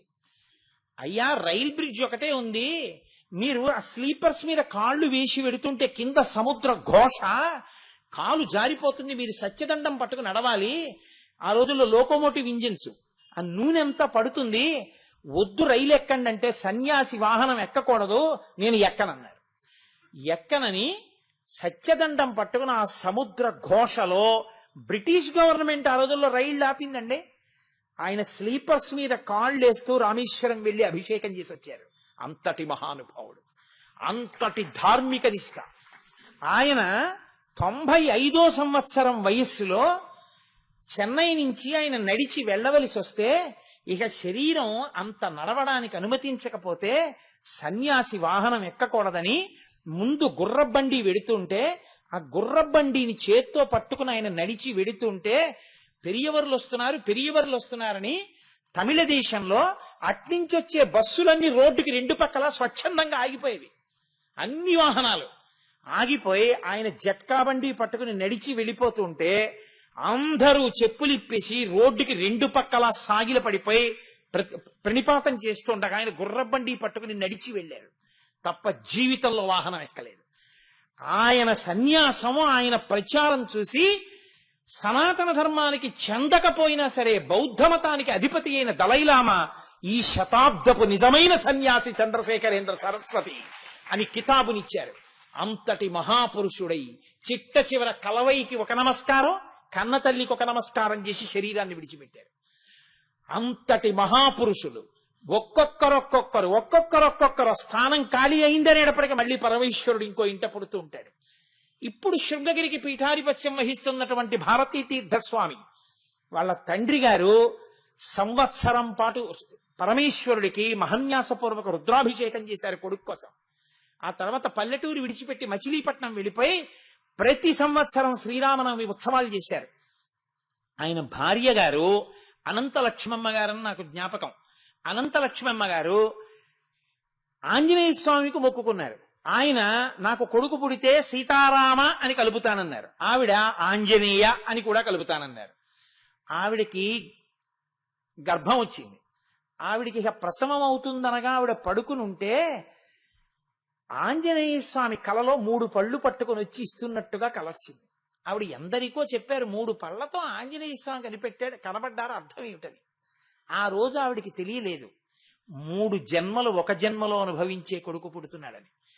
పుడుతూ ఒక జన్మ ద్విజుడు, ఉపనయనం చేసినప్పుడు ఒక జన్మ, సన్యాస దీక్ష ఒక జన్మ, 3 జన్మలెత్తే కొడుకు పుట్టాడు. జాగ్రత్త స్వప్న సుషుప్తి దాటి తురియంలో నిలబడే కొడుకు పుట్టాడు. జగద్గురువై శృంగగిరి పీఠాధిపతి అయి సింహాసనం మీద కూర్చునే కొడుకు పుట్టాడు. లోకమునకంతటికి జ్ఞానఫలాన్ని పంచిపెట్టగలిగినటువంటి కొడుకు పుడుతున్నాడు నీ కడుపున. ఇది చెప్పడానికి 3 పళ్ళు పట్టుకుని మహానుభావుడు సాక్షాత్కరించారు. పుట్టిన పిల్లాడికి సీతారామాంజనేయులు అని పేరు పెట్టారు. ఆ పిల్లాడు సంస్కృత భాష ధారాళంగా మాట్లాడేవాడు. అభినవ విద్యాతీర్థస్వామి వారు విజయవాడ వచ్చినప్పుడు, మచిలీపట్నం వచ్చినప్పుడు ఆ పిల్లాడిని చూసి మురిసిపోయారు ఏమి సంస్కృతం అని. ఇంట్లో కూడా చెప్పకుండా ఆ గురువు గారి మీద ఏర్పడిపోయిన అభిమానంతో ఎక్కడో ఉజ్జయిన్లో అభినవ విద్యాతీర్థస్వామి చాతుర్మాస్యం చేస్తుంటే ఈ పిల్లవాడు వెళ్ళిపోయి ఆయన శిప్రా నదిలో స్నానం చేసి వెళ్ళాక ఆయన కాళ్ళ మీద పడి మీ దగ్గర శాస్త్రం చదువుకోవాలనుందన్నాడు. ఆయన ఇంకొకరిని పెట్టి చెప్పించలేక కాదు, ఓహో ఈశ్వరుడు తర్వాతి జగద్గురువుని పుట్టించాడు అని గుర్తించి ఆయనే తర్కశాస్త్రాన్ని బోధించడం మొదలుపెట్టారు. తర్క సంహిత అంటారంటే తర్కశాస్త్రం ముందు నేర్చుకునే శాస్త్రం. తర్క సంహిత ఆయనే బోధ చేశారు. ఆ పిల్లవాడు తరువాతి కాలంలో 3 రోజులు మీ ఇంటికి వెళ్ళరా అని గురువుగారు పంపిస్తే గురువుగారి మాటకు వెళ్ళారాయన తప్ప ఎవ్వరితో మాట్లాడేవారు కాదు. కారణజన్ములు, ఏకసంతాగ్రాహి. ఒక్కసారి పాఠం ఇలా చెప్తే వచ్చేసేది, ఇంగ్లీషు వచ్చేసేది, లెక్కలు వచ్చేసేవి, 100కి 100 మార్కులు అన్నింటిలో.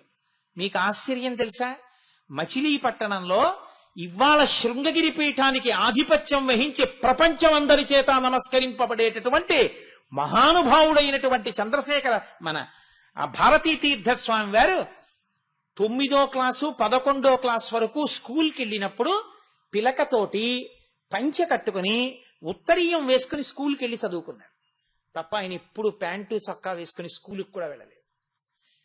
ఎన్నడూ గురువుల్ని ధిక్కరించేవారు కాదు. ఒక్క మాట పాఠం వినడం అంతే వచ్చేసేది. అకస్మాత్తుగా ఇంగ్లీష్ మీడియంలోకి స్కూల్ని మార్చవలసి వస్తే తట్టుకున్న వ్యక్తి ఒక్క భారతీ తీర్థులే.